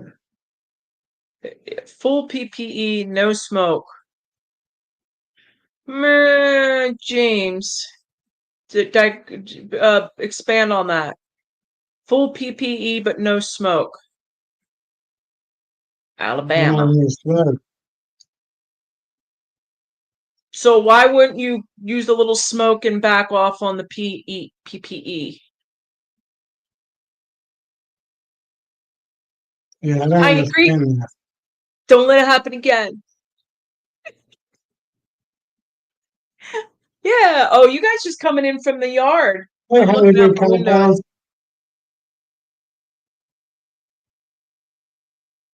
Honeybee compound. Hello, hello, hello. Yeah, smoking and pulling honey. We don't want to use smoke when we pull honey, right? Right. Where's that compound? Chris Combs. I don't have him or her. So let me understand that. So all the times, weeks before you're pulling honey, you're smoking those hives. You're putting No, smoke in that honey. no, you're not. No, when my supers are on, That's I'm wet not honey. going. I'm not doing anything in that brood box. I'm just popping lids and pulling a little. I'm popping lids, pulling out a frame, a honey and the honey super. You don't need smoke for that. No. If you really have a strong colony, you just put a fume board on it, push those bees out of that box, take a look at that super, take that super off, push them with the fume board. So you're using fume boards all the way through until you pull honey, So right? you gonna get all that fume. You're gonna get all that fume chemical in your honey. Nah, it's almonds. I just think that's a human being saying that you can't smoke them when you're pulling honey. You're smoking the hives every time you go into the hive during the whole year before you're pulling honey. Yeah, You're but you putting don't have smoke your in that supers honey. on. You don't smoke when your supers are on. Why are you smoke? Why are you going in? Why are you going in the brood boxes when your supers are on? I normally don't. Right. And if you want to check the flow, you just pull the frames. Yeah, that's a So honey so check. But what I'm saying though, those fume boards, they don't get in your honey. That smell. No, it's almonds. It doesn't, that's not gonna, you're not turning that into a vapor. All you're doing is you're using that's not turning into anything that's going to, that's just pushing the bees down. See, Mark. Yes, that's the only thing. It does make it eat them, but it doesn't put any smell in the honey. Yeah, Yeah, you use, I'm telling you, if you've never used a fume board, give it a try. They that's what are, I and you use. can I make, use a fume for you board. cheapy peepees, you cheapos, you can make one. Yeah, You get a cotton t-shirt, old cotton t-shirt. You got to buy the spray. I don't think you can make the spray. Buy the spray, get a cotton t-shirt, pop the lid, put it on top. It'll push them down enough. I will not buy that Be Quick anymore though. It Bee doesn't work. escapes. Yeah, so I do use bee escapes, but I use them in a different, like, so I can't pull off all those supers, put a bee escape, put all those supers on. Physically, I'm not able to do that. So I push them down with fume boards. Then what I do is I have a bee escape. So I bring my supers up to the driveway, right? Put them on a wagon, bring them up with my golf cart. And now they're all sitting stacked up, maybe 3 or 4 or 5 of them in my driveway. And I put a bee escape, which would be upside down. Like I turn it around so the bees are going up, right? So I put a little arrow on my bee escape, whichever way I want the bees to go. Most people put a bee escape, they want the bees to go down, right? But when I bring my Right. supers up, I want them bees to come up. So I use bee escapes for that. Sometimes I'll put it underneath. I want the bees to come down. I'll put a fume board. So now the supers are in my driveway, right? They're hanging out, waiting to go into a freezer. So I use the fume board on the top and the bee escape on the bottom. I push them down and out. Anybody that's still there from harvesting. Or I put a solid bottom and a bee escape on the top so they go up and out. That's how I use bee escapes. Yeah. Maybe something similar, Nancy. I take a fume board and I put it down, upside down. Yeah. And then I stack my supers on top of it. Then I put a bee escape on top of it. So the fume board pushes the bees out. The remaining bees that didn't come out when I tried to push them down. Brian's That got easy free tricks fingers. to do. Yeah. And a little bit of ice cream So with honey on it. So Roy, they have like Fisher's Be Quick and Honey Banda, Wrangler. I don't even know if they make Wrangler anymore. Bee Wrangler. It smells like almonds. There was a product years ago that stunk the bejesus out of everybody, but they realized you don't have to go that stinky for bees. Just it smells like almonds. I don't know what's in it. They won't tell you the recipe. It's probably so simple that we could make it ourselves and they'd go out of business. So Yeah. they're not going to tell us what it is. But it smells like almonds and it depreciates as I mean I got to spray at every box. Honey Bandit works good. A Bee Quick didn't. I tried to use it this year. I never used it before, and it doesn't work near as good.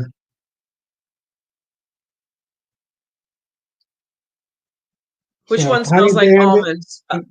Bee Gone. Uh Fisher's Bee Gone Fish, works the best, but it smells. Fisher's and then I got one from Bill this year. I got another one from Bill, but I have never had the stinky one. Like the one that, like makes the truck stink and all of that.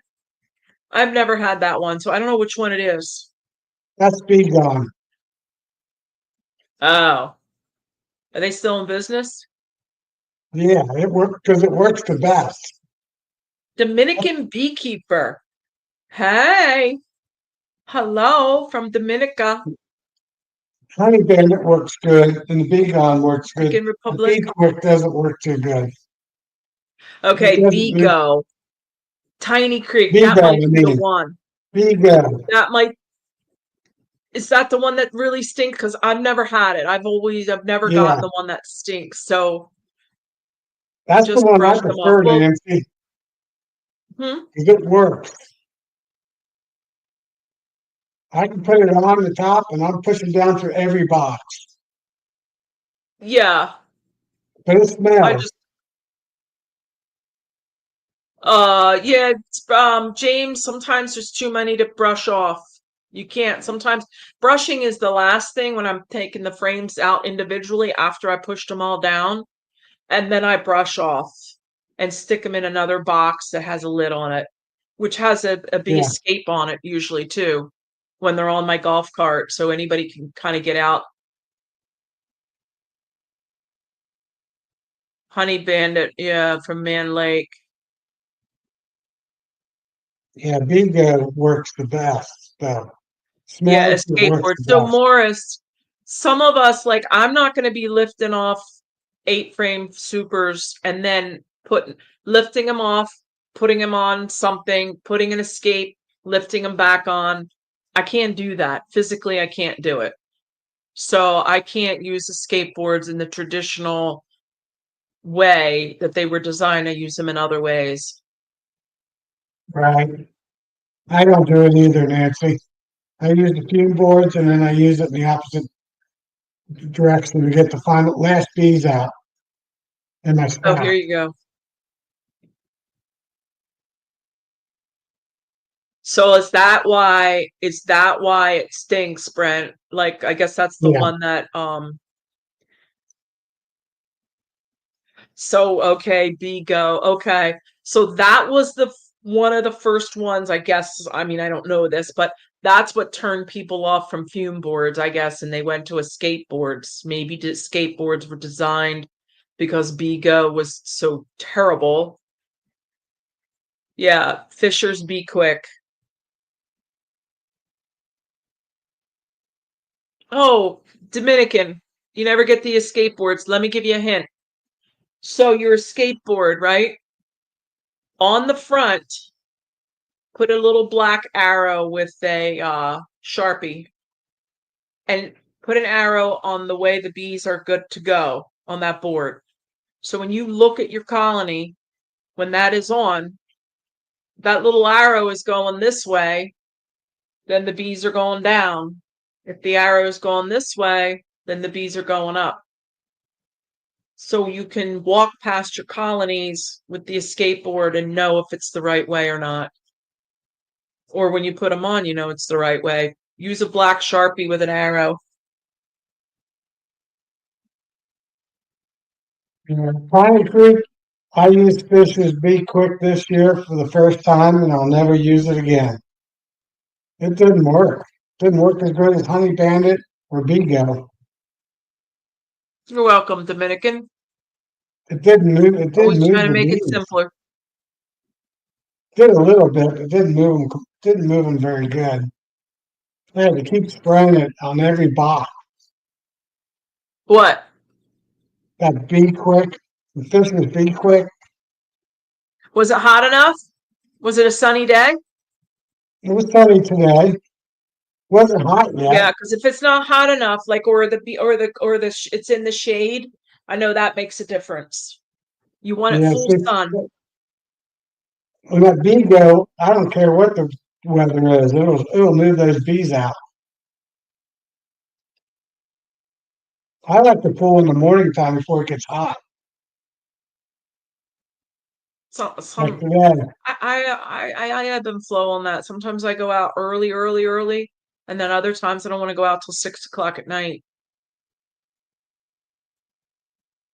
No, Tiny Creek. You don't get the one that I smells like understand vomit. Pine Creek. It does Don't smell. get I that wear one, gloves. Tiny. I wear gloves and make sure I don't get any on me. And I won't Look put it at in my truck. Morris. Good job, Morris. 4 8-frame mediums. Good deal. Wow, that's good, Morris. Where are you at? He's probably down in the Carolinas. I think they rock this year. Is he in that belt with Spielman? Yeah, and I think Bruce had a big year too. Oh, right. I'm looking for Morris. I think I have him in here somewhere. I I don't don't think I have remember any of notes this on stuff him. anymore. Morris Homestead. Yeah, he's Matt. All I have is Matt. Matt, where are you? Upstate New York, Western. Ooh, okay. Okay, so he Western. was So going up north then. he's over by Buffalo, or where it snows a lot. Yeah, Yeah, good for you. Some of us didn't make much hopefully at he's all. not on. Hopefully he's off from the lakes. We only get a little bit of that Where lake art thou effect. So located? Collector, you're funny.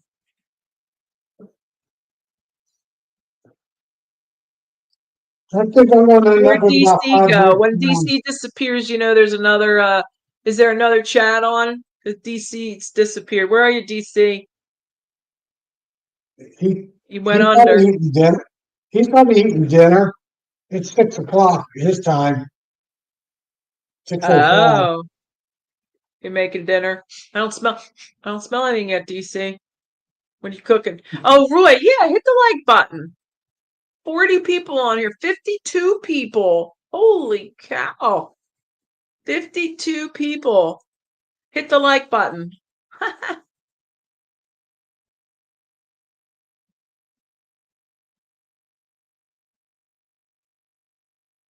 What else do we want to talk about? He's on I know, Dominican, he's on every chat, but you never hear him. He doesn't come on in the studio. But Dominic, you're welcome to come in the studio. The link is at the top. He did a video the other day that he was in the video though. So I did Really? pull that video up and see what he looks like. Just this I week. think I saw him once. His little head popped in and out once a little while back. Just the first time But I've yeah, seen it. so this chat, and then some other chats, we have the link posted. You can come in. Anybody can come in. We don't Yeah. block people coming on the chat, coming in the studio and coming up on screen and talking. We like that. Well, the more the merrier. We want that to happen. So Dominican, anybody that's new, you want to type questions in all caps so we can see them over there in the scrolling chat box bar area. Hey, Nancy, you never pinned your your link though. So it's on top of the Seriously? comments. Oh, you're kidding me. Yeah. Oh, You now it is. ah. Oh my gosh, 2 hours and it wasn't pinned. Oh, That's sorry, it didn't Roy. show up Come on on, mine. Roy. I think Roy comes in. I gotta go get another tea. Lemon lavender tonight. Okay. I wonder if I posted on mine and if I can pin it. I'm gonna try that. Give me a second, Yeah, guys. try it. All right, I just pinned it. Oh yeah, I can. Okay. That's cool. I got it pinned on my live too. So that worked. So yeah, so I'm gonna graft 10 or 12 cells tomorrow morning. I got one hive number 10 behind me, and my picture doesn't have a queen. I got one of them QMPs in it right now. So they don't go letting worker on me. And I got about 4 other splits that I did back in June that never made their queen. So I'm going to requeen them, give them another chance. And then, like I said, I'm going to try to have a bank a few queens so I can sell them to all these beekeepers um, that need queens the next few weeks, month.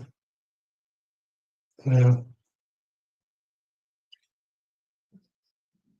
I have it pinned on my channel now, Brett, on the top of the notes, the StreamYard. So,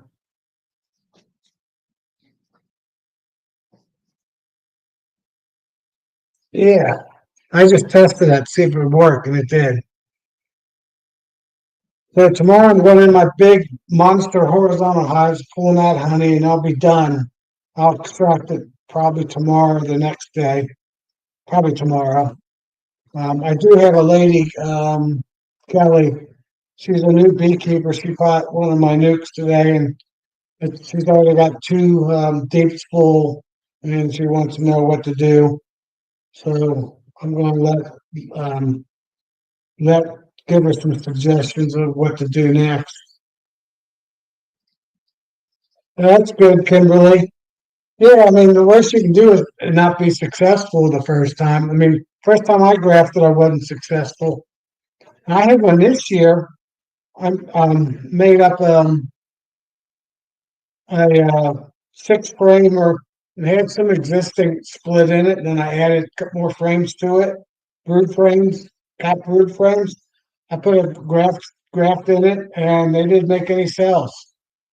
So it's like, I don't know why they didn't have a queen. I don't know why they didn't make any cells, but they didn't. So I had to make a new cell builder. First one didn't work out. That was the first time I ever had that happen. So you never know. You know. Yeah. This will be my last graph though. Like I said, it's gonna just be 10 cells, maybe 12 cells. Hi, Granada. Hey Granada, Jeremy. So, Tom, I see yours. I see yours now. Did you pin it? Can you Yeah, post it? yes. I posted it and I pinned it. Oh, So cool. it worked. Granada, Granada. Sorry, I always get that wrong. Hiya. Jeremy. How you Jeremy. doing?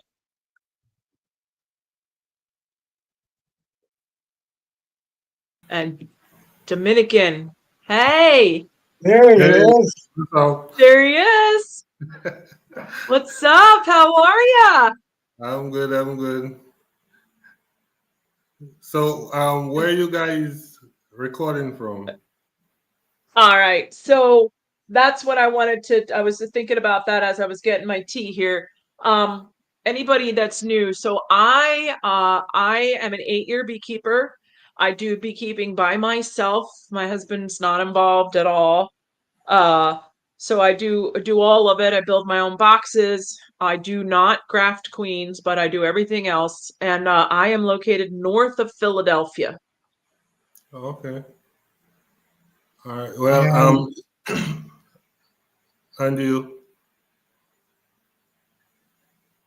Oh, well, yeah. So I am down in the Caribbean, not Dominican Republic, but Okay. Dominica, a small island they call Dominica between the 2 French islands. Yeah, Okay. Cool. yeah. I've been beekeeping for around 12 years now. I manage like 100 colonies thereabout, goes up and down. Well, now I'm actually at 300 because I'm undertaking this project and I have to make like 200 and some odd nooks working on that. Wow. Yeah, Cool. yeah. And I'm also attending the University of Florida Master Beekeepers program. So, you know, Well, that's cool. That's Jamie good. Ellis. Jamie yeah, Ellis. yeah. So And Mary, you do this all yourself? yeah, well, me and one helper. Okay. Oh, Yeah. wow. Yeah, well, it takes its toll because you see this, I have a neck brace. Ah. Spoils of being an old beekeeper, not old in years, but old in years of Yeah, beekeeping, right? yeah. I am kind of on a sick leave, so to speak. On Friday, yeah, I messed up my neck. So Uh, yeah, Mm. well, it's been a real fun journey. We're trying to really build up beekeeping on the island. It's always been like a hobby, so now mhm. we're doing our best to expand and make it, something that people can make a living out of. Cool. Yeah. That sounds Um, good. yeah, every year we have like this in the Caribbean, we have this honey show in St. Lucia.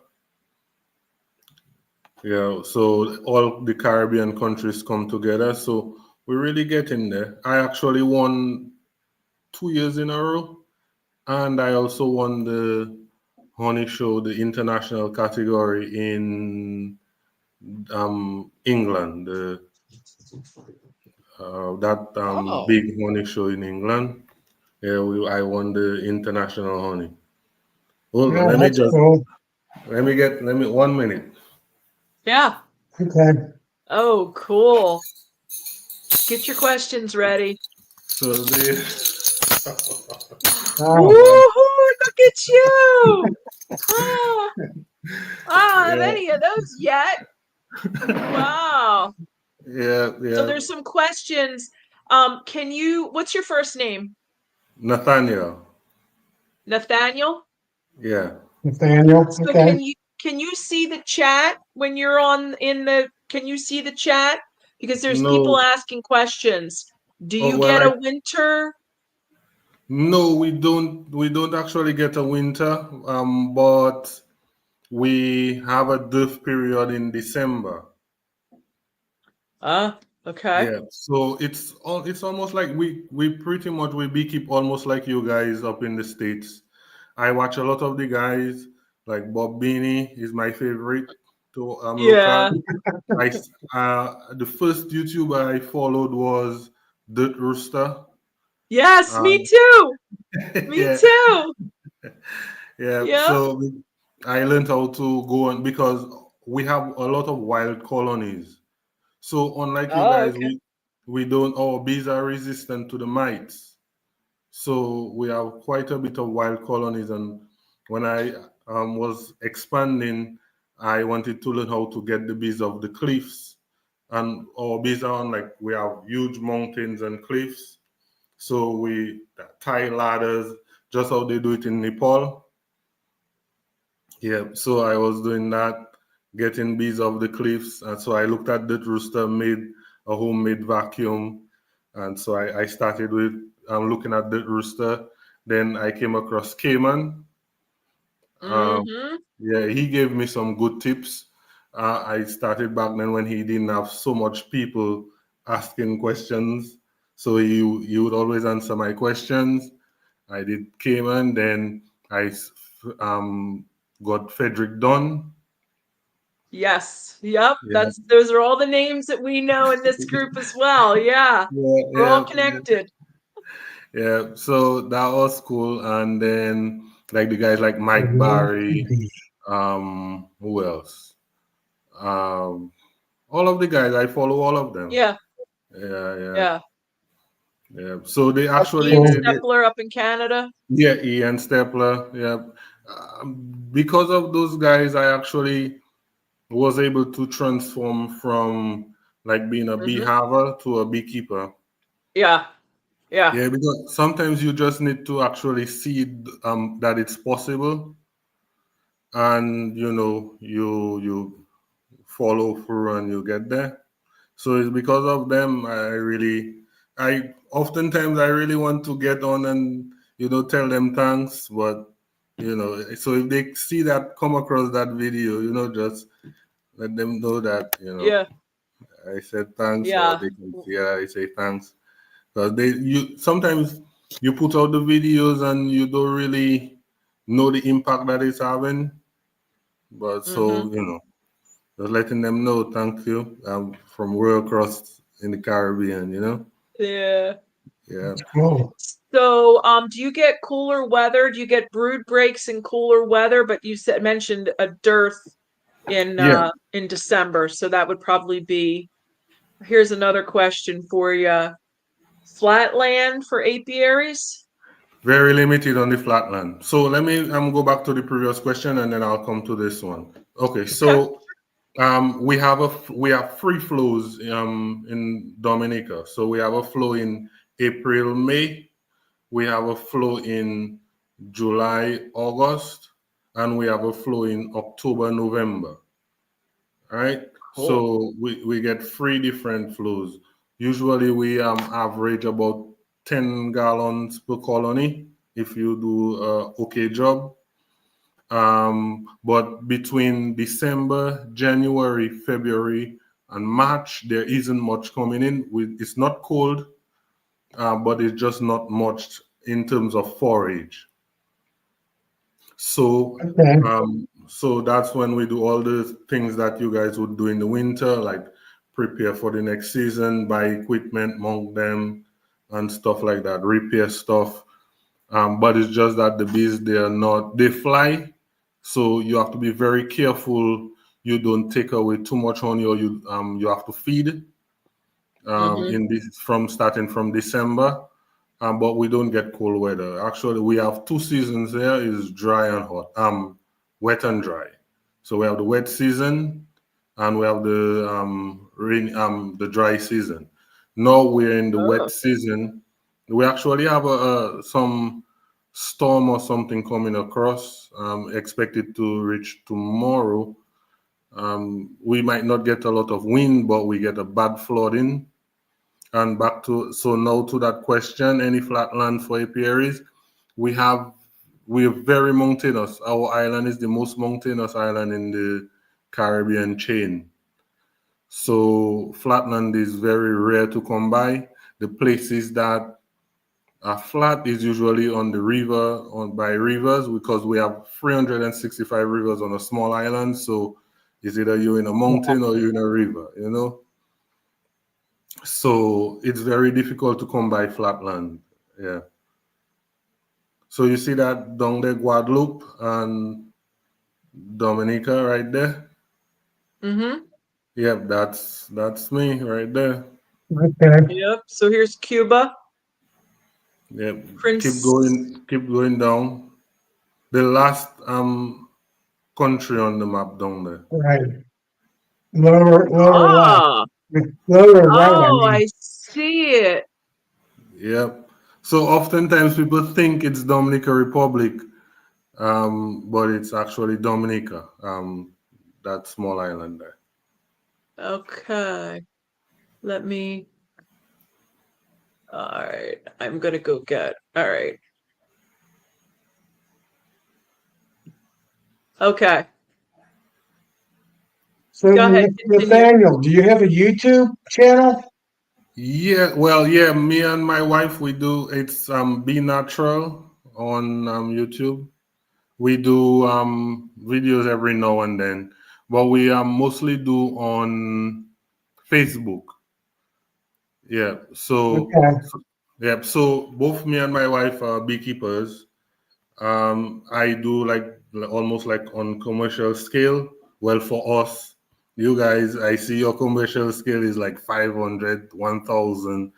For us, you would be commercial by between 70 and 100. You make enough to survive on commercial scale.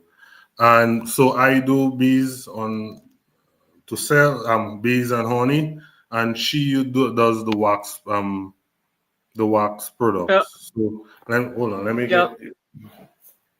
Yeah, put up Brian's question. Hold on, I was over Brian. Flower Yeah. Street. So she makes like balms Uh-huh. out Okay. of Yep. wax balms. She makes Lip lipstick, balm. lip balms. Yep. She makes deodorants. and we have propolis. Mm-hmm. Right. That's Yeah, good stuff. yeah. So our bees collect a lot of propolis. So Okay. I think I saw that you guys like kind of bred propolis out of your bees at one point. Hmm. Yeah. Our bees did the opposite. So we have so like we have propolis everywhere. I come home and everything I touch is all propolis, all on my nails. All you see, like my nails Yeah. always. Yeah. Yeah. Yeah. You gotta take a knife. I take a pocket knife. I have a pocket knife next to my bed at night, and I do my nails every night. It's like, oh my gosh, I get enough propolis, like a dime-sized propolis out from under my nails. So Brian has a question here. How do you prepare for hurricanes? Well, we just cross our fingers and say grace. Mostly. Okay. Well, sometimes like depending if we have way in advance notice and it looks serious, then we weigh it down with cinder blocks or rocks. If you have a colony that is more than 2 levels high, you cannot take off the extra level. You equalize the yard, so everything is kind of low down to the ground. Sometimes I do ratchet straps, Mm-hmm. or on the side of the boxes, we take a strip and we screw all the boxes together. So even in case they fall over, Yeah. they stay as one unit. Yeah. So you could just lift it back up. But for the most part, when you have like, oh no, I have over 300 colonies, including nooks, that is, it's difficult for it to go around Right. securing everything before a storm comes. It's almost impossible because by the time we get the notice that we're under watch or warning, you don't have much you can do. And You because guys. of Yeah. our yards, another a slight difference between you guys and us is I noticed that you have like up to 40 colonies in one area. We don't have a lot of foraging that we can do that. So we put like 15, 20 max. But my yards are often like 15s and they're, a bit far in between. So, you have to drive a bit distance up hills, up mountains. So it gets difficult. So most times your initial setup, you set it a place where it doesn't have a lot of wind coming through, and you just pray that you don't get affected that much. Last year, I actually lost a yard through flooding. Mm. Yeah, that was Oh. a disaster. But you get the equipment, you knock off the water, you bounce back, you put that on another colony. Yeah. That's just part of life down here. Yeah, we watched Ian Stepler. Remember, he got flooded that one Yeah, time, and he yeah, shook them all out and saved what he could, and like put them in strong colonies to clean them up. I mean, initially you look at it and you think, oh, how am I ever going to save any of this? And then you little piece by piece, you kind of get it together. But yeah, yeah, yeah. And normally, like you get those little colonies, those little swarms, you pay them no mind. But a hive that has been in a flood, it can be very small. You want to see it bounce back. So yeah, right. yeah, yeah. So that's always something. All this time of year is always a bit tense for us, Hmm. especially July, August, slightly to September. That is the peak of the season. So we always kind of edgy. Every time you hear weather coming, things get edgy. But we've been living with that our whole life. It just becomes Well, you're part. not a real beekeeper unless you stay up at night worrying about your bees. Tell me about it. Do you raise queens, Nathan? Yes and no. I did. I raised queens last year, year before that. But what happened was I went and buy the queen cups of Amazon rather than Manlick, trying to be cheap. Because another thing too is when we order, most of our equipments come from the States. So we have to send it down to Florida, and then we have a forwarding system, a freight forwarding system that sends it to the Caribbean. So it takes us like 3 weeks to get something that you ordered in the States. So back to the original question. So I ordered stuff off Amazon and got it, but the queens were not taken to the cups very well. Oh, okay.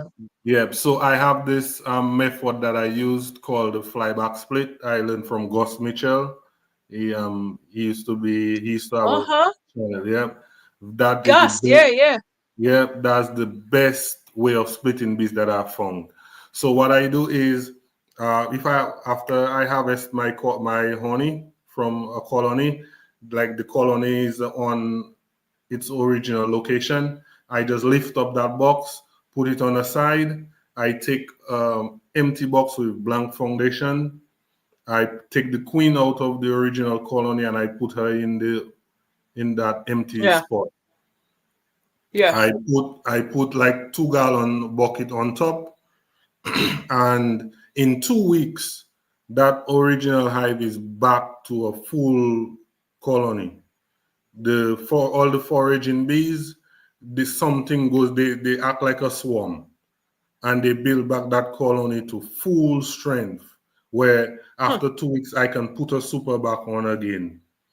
And the one on the side, it makes a lot of queen cells. So that hive on the side now, I just break that up into nooks. Make sure every nook has a queen cell, take it to another Right. yard. So I get Yeah. all my nooks, plus I have my colony right back. Yep, that's the best way that I've found to make splits. Huh. Right. Flyaway. Gus Mitchell's flyaway system.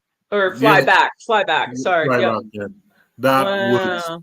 wonderful. That's how I made all my splits this year. And as soon as you make the splits, you get all new drone equipment for your where the original colony was.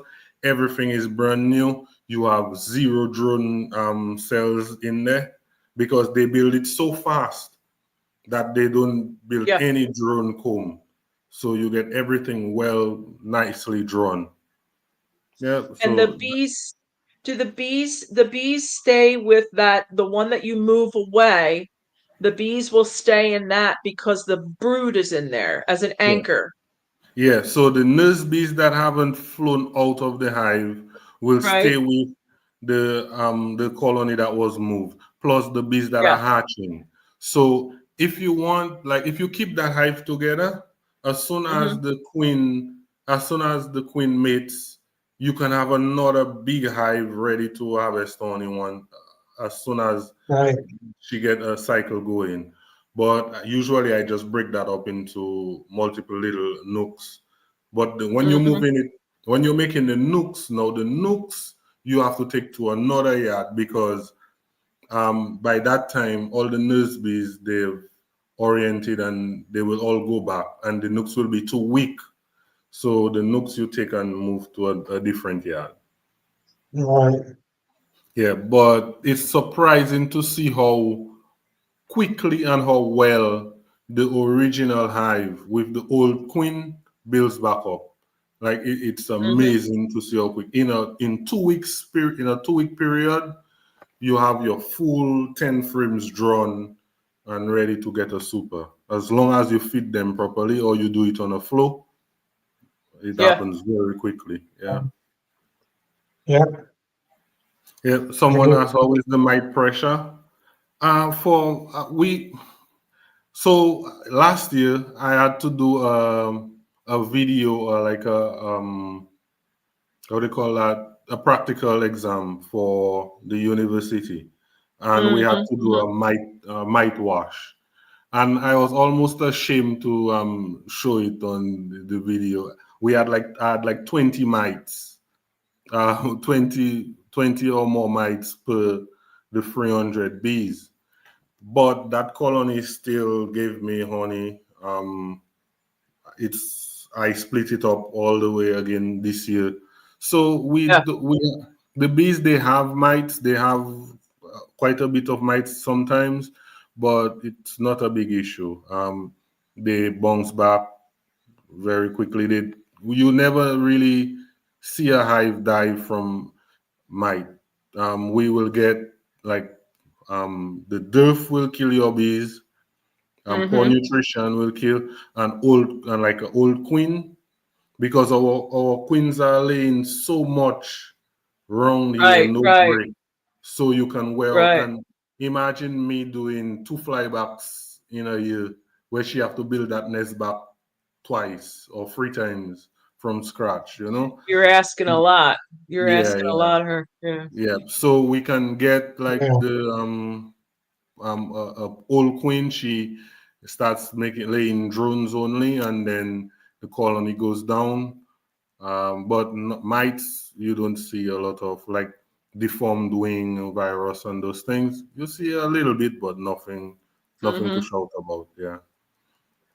Hmm. Somebody else, what's the major forage on the island? We have. Uh, I don't know the English names. Because on our island we speak French as well, like a broken French.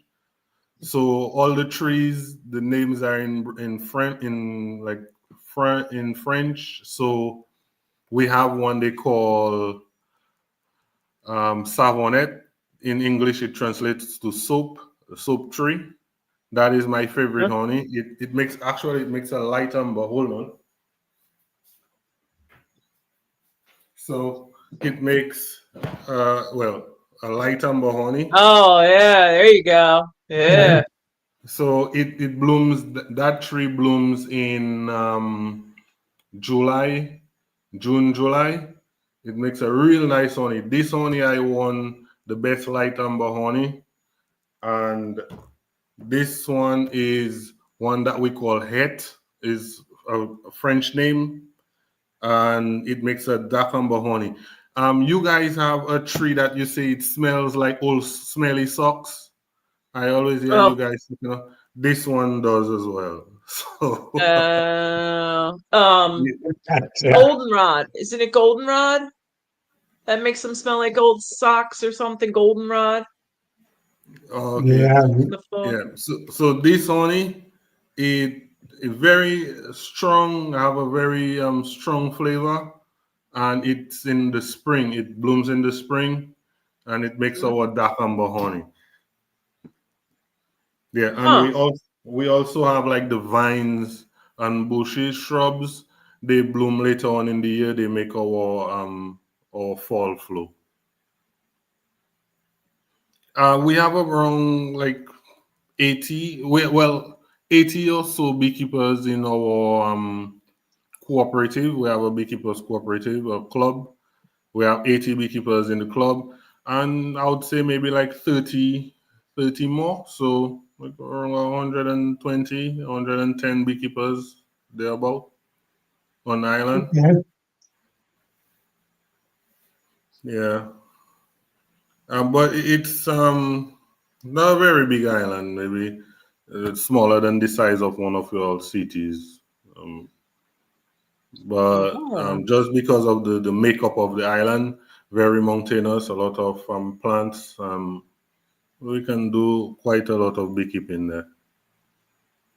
So do you treat for mites then? What's your treatment?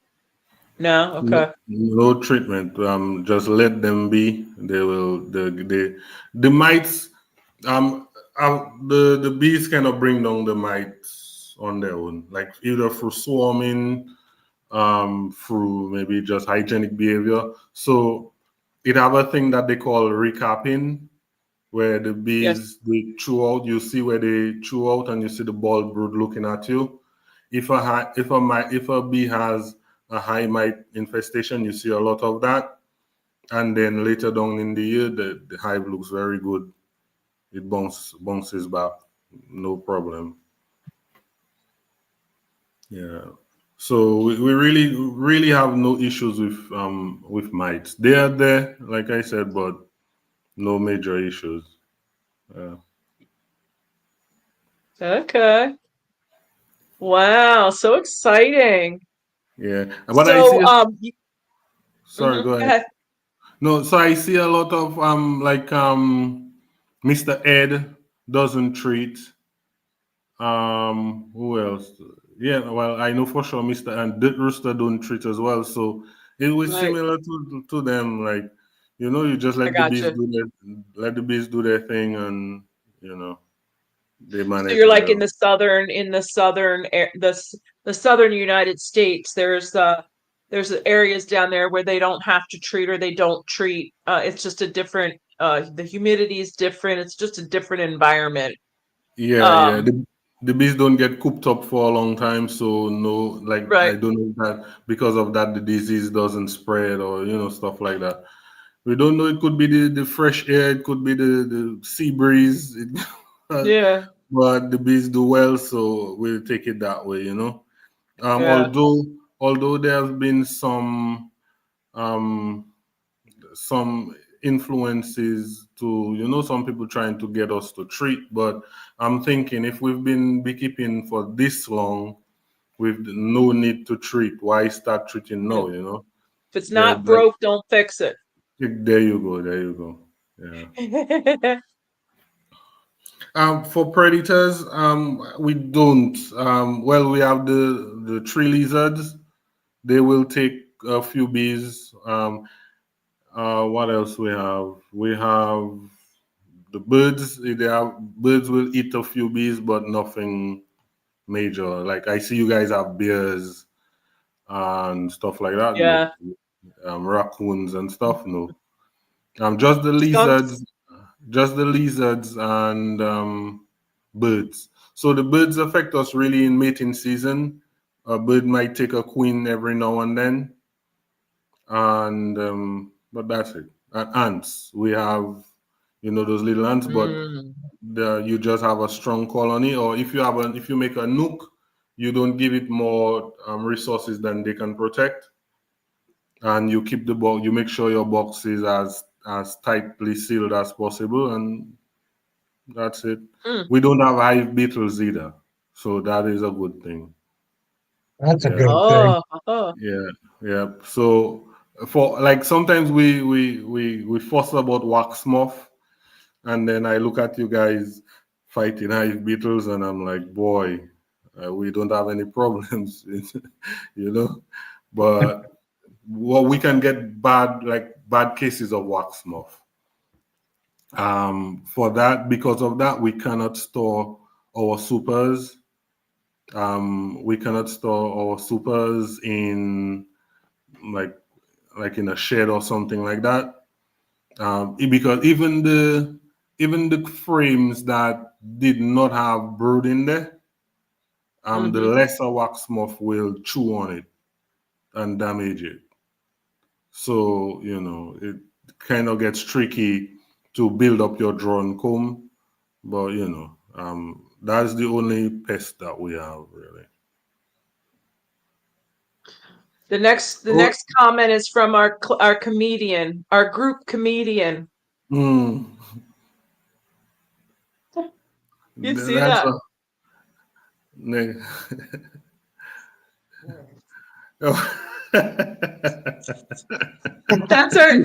That's our group comedian there talking about your medals and all of that. So yeah, yeah, yeah. Well, the next honey show is um in the next 2 months actually, in October.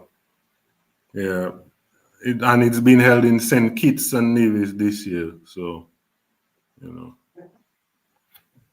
but I don't miss it for anything. I'm always there. Anything beekeeping around the Caribbean, I'm there. Yeah. yeah, yep.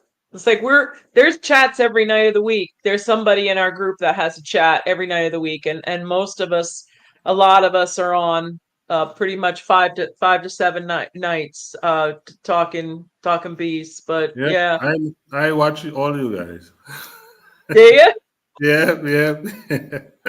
I watch we don't everybody. we Even yeah the young lady Beefit, I see she started yeah doing. I watch her too. I watch everybody. I yeah. watch. There is no day that goes by that I don't do something or watch Yep. something. There you go. You're a bee addict, a bee lover, just like every day we talk about bees all day long, every Yeah. day. And if we had friends that don't have anything to do with bees, we talk to them like what, once a month maybe. Yeah. Got nothing to talk about. Yeah. Terrible. Well, I went as far as marrying a beekeeper, so you should know. Uh, great. Yeah. Great.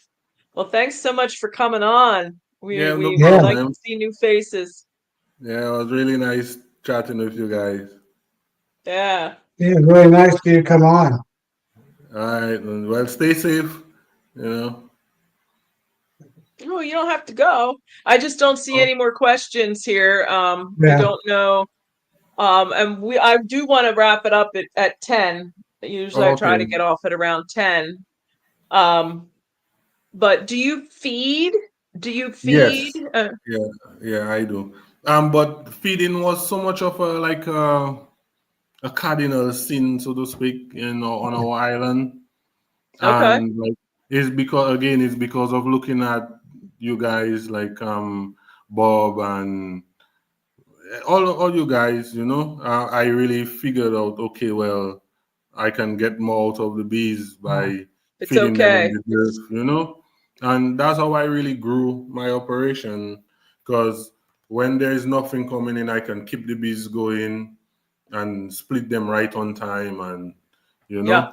know have them the right Yeah. size, so you make more honey because the bees, they're constantly progressing. Because if we wait for the natural flows, then we only catch the back end of the honey flow, because the Right. bees are Right. using that first trickle to build up.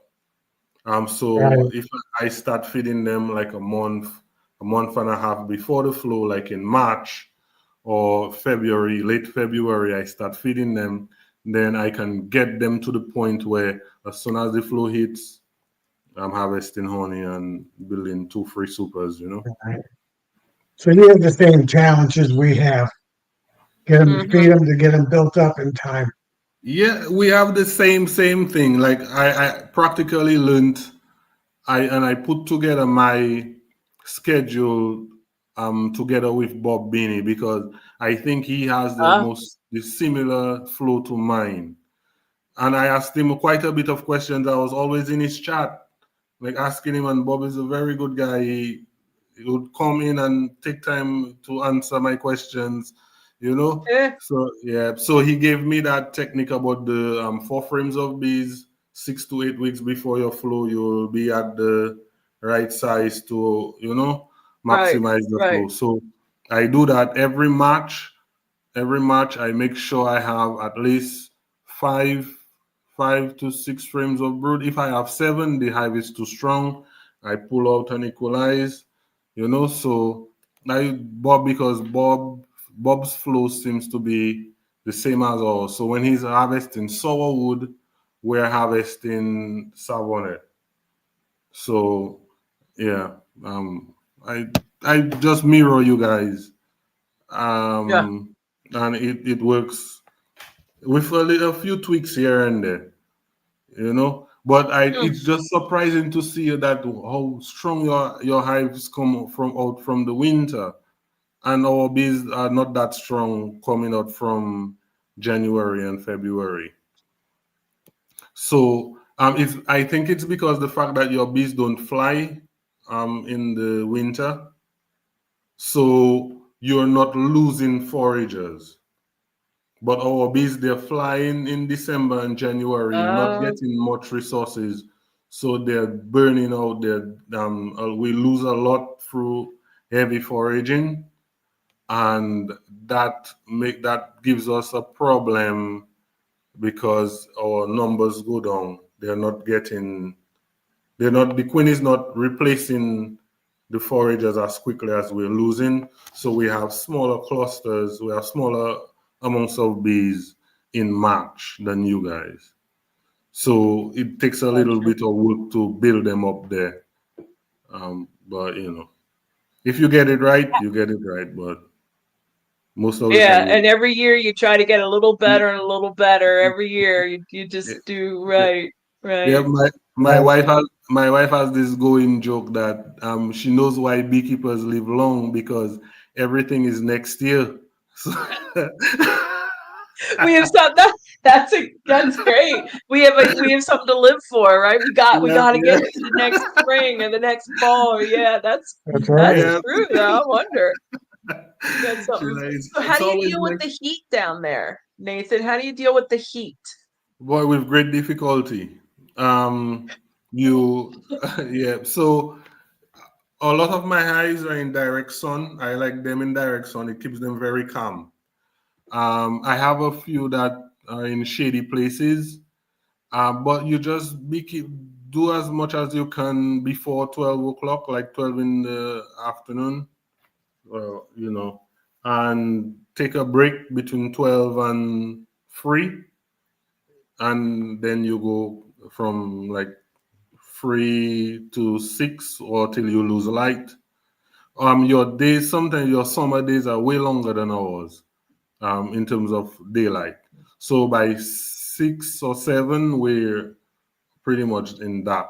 Like the night has taken over. So so we just try and beekeep from um, before the sun is really at its peak, rest in the afternoon, and then go somewhere in the evening, go back in the yard. And lots of water. Lots of water. Like my truck has how many bottles of water? You drink water as much as you can. Mm-hmm. But it gets very intense. That there was this once elderly gentleman was beekeeping with me, and he fell over through heat stroke. Just Oh. fell back, and we had to rush him to the hospital. So it gets really intense down here and you have that heavy suit. So and another thing that we do too is I keep very calm bees. So as long as I see it's kind of leaning towards the aggressive side, I change out the queens. So when it's extremely hot, I can just throw on a veil with a tight shirt. I always make sure the hands of the arm of the shirt is very tight so the bees don't get in and squish Mm-hmm. between. Yeah, tight shirts and veil, and I'm good to go. Okay. Yeah. Yeah, Yeah. definitely. Yeah. And because another thing too, like the older beekeepers on island, when I started beekeeping, they found it very difficult to share information, and I found that same thing with a lot of the YouTubers. They were saying that's the reason why, like Cayman was saying, I think I don't want to quote him wrong, but he was always frustrated with like people not helping younger beekeepers, and I was like, man, we have that same issue down here. Mm-hmm. So it was so difficult when I started. No one wanted to share information because it was like this dark art that nobody wanted to share. And so I came on Mm-hmm. YouTube, and then you come on YouTube and it's trying to decipher, like Mm-hmm. move through all the nonsense, all the noise. And from Yeah. the time you just need to find one good beekeeper. Like you said, everybody's linked. So you find Yeah. Dirt Rooster, then you find Mike Barry, you find Cayman, then you find Frederick Dunn, Joey Rolls. you find Joey. Mike Burns, you find Yeah. Nature Image Farms, Yep. so. And actually, Brian and we are in the same class thing in University of Florida. I met him on a bee meet on in the university that is Castle Live, Brian. Brian from Castle Castle. Hive, Brian. Yes, we know Yeah, him. Yep. yeah, B dial or B right dial, Queen right dial. yeah, Yes, yeah, with Bohemian. Yeah. Yeah, yeah. Jason. Yeah. Yeah, Okay. we're in the same. We often are on the same meet for the University of Florida when we have the Master Beekeepers meet. So yeah, but I want to like my wife and I. We're really interested in coming up for the expo, um, the North American Bee Expo. We're very interested in coming in, but we have to get a lot of things lined up. But one of the years, we'll come up and meet everybody. Just to say hi and see everybody that kind of helped me along my journey all the. So Yeah. yeah. Cool. Well, we definitely coming. I think this year we're planning on going to England first, to the honey show in Oh, England, either this year or next year. I think we're trying our best for this year. And after that, we will really make an effort to come up to the States. cool. Well, that's if the Cool. immigration allows it. Yeah, the Yeah. expos moved to the next week. The expo moved away from January 1st into the 7th, 8th, and 9th, I want to say. So that might make it a little easier for some folks to get up when they pulled it away from the New Year's holiday. Oh, okay. But yeah. Yeah, yeah, but I am very much in touch with everything that you guys are doing. Every one of you that have a YouTube channel, I'm looking. Cool. Yeah, Cool. Well, we're thrilled That to is have you. cool. yeah, We're yeah, thrilled to have you. yeah. I look at everybody. Like it just comes on my thing because bees is all I look at. Like everything bees. So everybody that has a Bees bee, all day. yeah, Everything bees. you could have like 50 subscribers. It will show up on my algorithm because that's all I look at. Hmm. Yeah. So yeah, it's very interesting and just like being able to learn from and see guys, people that are interested in the same thing that you are. Right. It's really refreshing. You feel a connection, even like say for example, like what I was saying, DC's on. It seems every live that I'm on, DC's there. I haven't seen him. I don't know who he is, if it's even if it's a he or her, but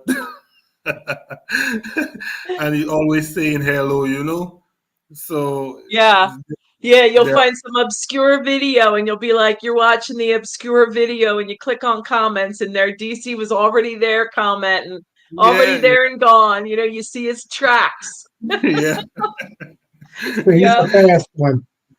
Yeah, yeah. we're So looking forward to meeting him. Hopefully he's way up in, Washington there. So hopefully he'll be able to come on down and, make himself known there a little bit. So that'd be great. yeah, he's somebody I would like to meet too because we keep crossing paths on all those lives, Yeah. and I have no idea who he is. So be Right. nice, very cool. They have those people that I meet from like Switzerland, places like Switzerland, under the chat. All Yeah. kind of people all around the world, and you just connected through that little bug. That. It's Yes, really amazing. we love those bees in a box, as Greg Yeah, says. yeah, Those yeah, bees in a yeah. box. Really amazing. Bugs in a box, I think he says. Yeah. I was thinking about somebody else too. We had a New Zealander come on one of the chats a little while ago. Oh, So that was cool too. But yeah, we love to hear from Yeah. we speak the same language, yeah, as definitely, beekeepers, we have the same language. And no definitely. matter what language you speak, we have Yeah, our own language and we understand it. absolutely. Even the guys Right. from Australia, what was his name? But he haven't posted videos in a little bit. Yeah. The elderly gentleman. What was his Shoot. name? Oh, the guy that invented wait, is it the guy that invented the blue The blue bee is that Australia? Bee entrance. No, Yeah, not that. the Not no? is the older one. He's very funny. His son was the photographer for like his cameraman. He made that Yeah, he used that Bush bush bee big man. man. Yeah, That's yeah, right. Yes, good yeah. job, First bee Don. man. I'll see yeah, Mike. yeah. Okay, I'll yeah, be I Mike. haven't seen him in a while. Yeah, You're right. his last video was like 6 months ago. I even went on that Oh, day and asked him, like say something, send up a flare or yeah. something. Let us know that you're okay. Yeah, so I haven't seen him in a while, but I look at him. It have another one that I look at too in same Australia. It have the ones that do the stingless bees, native Australian Mm, stingless bees. I look at Right. that too. Yeah, we have stingless bees, but very rare. But it just yeah. just another art form, the same thing, but a different part of the same Mm, thing. I look at it too, just to see how a different way of keeping bees. Yeah. mm-hmm. So it's interesting to just to see all the different people that just find an interest in those little bugs, and we all can connect one way or the other. Like I could Right. leave. I leave my island, Dominica, and I go in the neighboring island, and I don't know not one person there. But because Okay. I go over there and I meet another beekeeper, the person takes care of you, like take you to all the shops, all the apiaries, Yeah. bring you back at the We're all airport. friends. Yeah, any beekeeper on the other islands can just call me. Hey, I'm coming to your island. I'll pick them up from the airport or pick them up from the ferry, take them around the island, bring them back on. You just for bees, like just have that connection. So it's really Yeah. nice That is to so see. cool. Yeah, I keep saying I don't know another animal or another type of thing that keep people that connected. Maybe you guys can correct me, but I don't know of another one. No. Um, Yeah. Chicken people? Not really. no, Chicken No, people, cow people? No, not really. No. You're right. I, I I mean, I don't know. I cannot think of another one. You maybe say dog people, but no, they do competitions, but I cannot think of yeah, Yeah. another. good point. Yeah. So Yeah, That's you're what right. I'm doing tomorrow. that's What is we can't a Oh, is removal. that your tree? Your bee in a tree? Oh, all Yep. right. Good luck. And the comb's still in good shape. All right. So how do you get them to upscore? You do that thing with the honey bandit? I'll bring my chainsaw and I'll cut that branch and pull that whole comb out. And then Oh, I'll okay. cut out the comb and hopefully I can rubber band it into a frame. Oh, okay. Oh. Well, how I take them out from the tree is like I tap a hole with a spade bit down at the bottom of the nest, and I spray honey bandit in there, and then give them some smoke, and everybody comes out. There's the picture Oh. of the tree falling down. Oh, it's down. They're in Okay. that hole. Oh, okay, Right okay. right there in that hole. Oh, so that's already on the But, ground. So you're yeah, you're yeah, really Yeah, you'll get to stay on the ground. Nice. yeah. yeah. Yeah. I'll And just another cut thing, that log in half basically and then oh, yeah, stitch split. them. Yeah. And I see you guys have a lot of bees in in houses and stuff. That we Mm-hmm. don't have that. We have so Hmm. many like wild areas and cliffs, and our bees will do a lot of open air colonies on the cliffs. Mm-hmm. Like we have rocky places. They'll do you will see them like they make the comb on the rocks and they're there, but we don't get bees in houses like you guys. Because they just have so many places that they could go away from people. Right. Right. Yeah. They don't have to go in the houses. Nah, And it no. doesn't get cold like up here. We have winter coming, so they're gonna want to go into warmth, but down there you're able to, they don't look for that warmth, I guess. They just look No. for some sort of protection or create their own protection. Yeah, yeah. Yeah.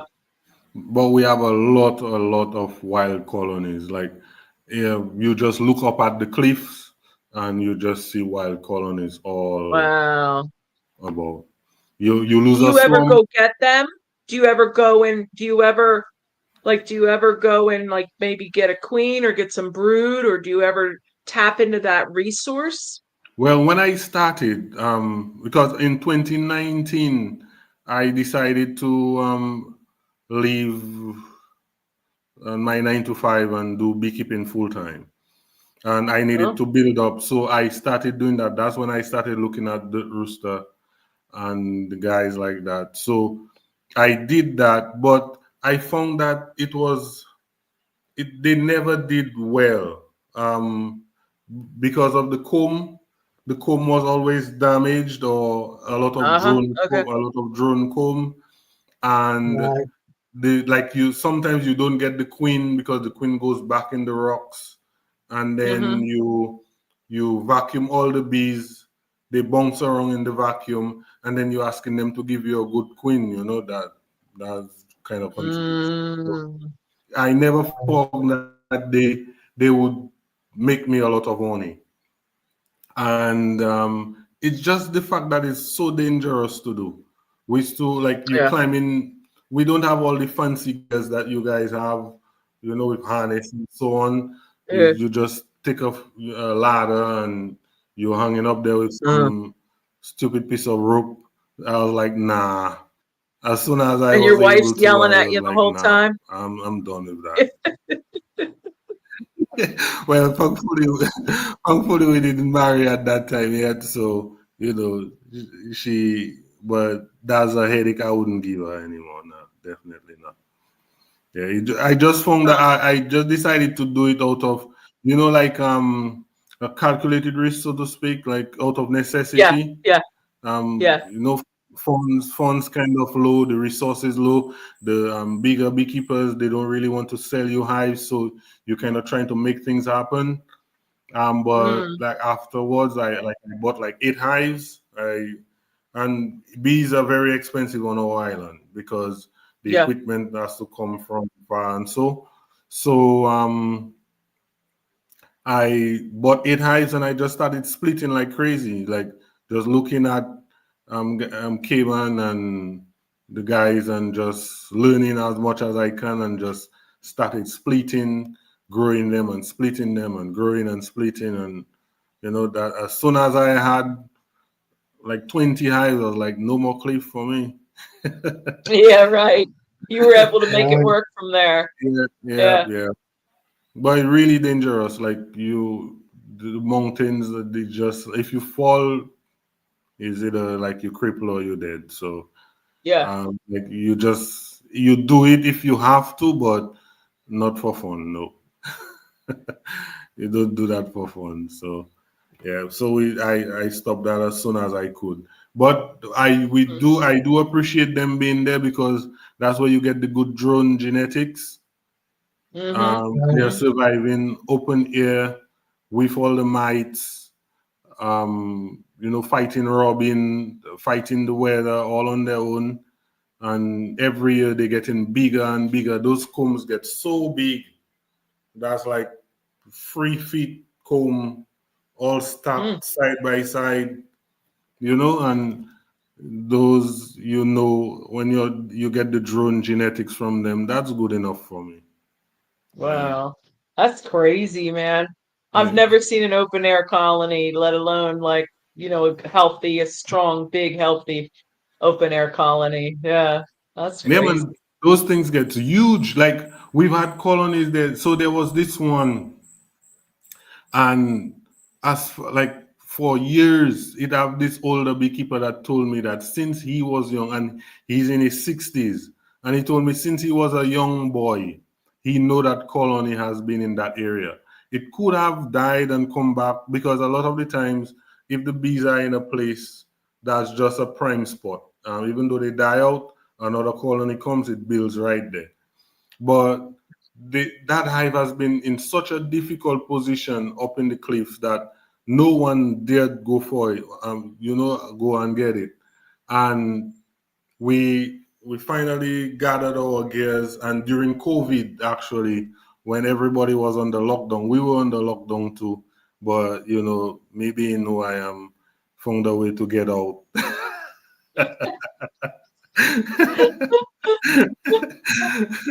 You had to go. You had to get out. Yep. Yeah. It wasn't as, to be honest, it wasn't as strict for us as most of the world, because like we have just a lot of forest and things, so you could just leave home and go to the forest. Yeah, but Yeah. so during that time when it had like very few people about, we went up there and we took that. Man, that I really thought I wouldn't make it back home after that one. And we did. We took it, like we had buckets of comb, with honey in there and so on. And the box, like we had to like sling the box down with like on makeshift pulleys. Yeah. Sling it down the cliffs onto the road, and boy, that was scary. And Wow. Did they build back? Did they build it back? yeah, The colony? yeah. You after a year or two, you see them slowly chipping up again. And a lot of the times on the cliff, like the bees, they start in like a little hole in the rock, and then they build so much that they end up on the surface of the rock. So from the time that you start smoking, the queen runs back Yeah. in that little hole, so you never really get the queen. Yeah, but you get some honey that I bet that honey was about the 50-year-old honey, because like right in the back, and like we get that. It's so dark. It's almost like molasses. Like it has nothing, no Oh. taste of, no floral taste anymore. It's just molasses, sweet molasses that there. Oh. Yeah. Yeah, so that queen in my tree, she won't have a place to run to. So Yeah. I'll cage her, put her in a box, and then all the bees will go right into the box. Yeah. Yeah, that's much easier than hanging a ladder with, a vacuum. Man, it was just Right. too dangerous. Like, so as soon as I got the opportunity to stop doing it, I did. And then Yeah. just learning more about bee biology and the importance of having the diversity in drones, and the importance of the survivor stock on the cliff, all that, you just learn to Hmm. appreciate it for what it is. And I just started splitting my own bees and build up my numbers like that. Wow. Yeah. All right, guys. Well, we loved having you. We hope to see you more often on the ones where you can get in. But Yeah. we're clocking at 3 hours here for this Oh, chat. wow. It's 10:15. Yeah. So I had We're earlier good. today. I had a talk. I did a 2 hour talk at a retirement facility. So I'm pretty focused out right now. So but tomorrow night is who's on Wednesdays? Oh, Green team. Greg Continue. Burns. Yeah. Greg Burns. Yeah, those guys. Yeah, They're on he's on. tomorrow. And then Thursday night, I guess Ricky. Oh, so the big news: Ricky sold his company, Horizontal Yeah. Hives. Oh, wow. Yep. But he's still gonna do the Thursday night chats. I mean, he's still a beekeeper, right? Like us. Right. So I mean, he's Thursday and then back around to Charlie Friday night, Sawmill Charlie. Joey on Saturday, Hannah and Gunline on Sunday, and then bees all day on Monday. So Then that's that's the on lineup, the Tuesdays. weekly lineup. All right. Oh, that But reminds me. Next Tuesday, I will not be on. I'll be out of oh, town. so I need Tell, another, I need I might, another co-host. I'll be down in Gatlinburg, Tennessee. Maybe I can get on. Oh, all right, we'll figure that out. Yeah, All right, if not, I'm looking for a spare host on next Tuesday. yeah. I'll let you know, Nancy. All right, Oh, night, Dr. everyone. Leo. All right. Oh, Dr. Leo Borberg. Wow. All right, good night, guys. Thanks for coming. All right. We are done.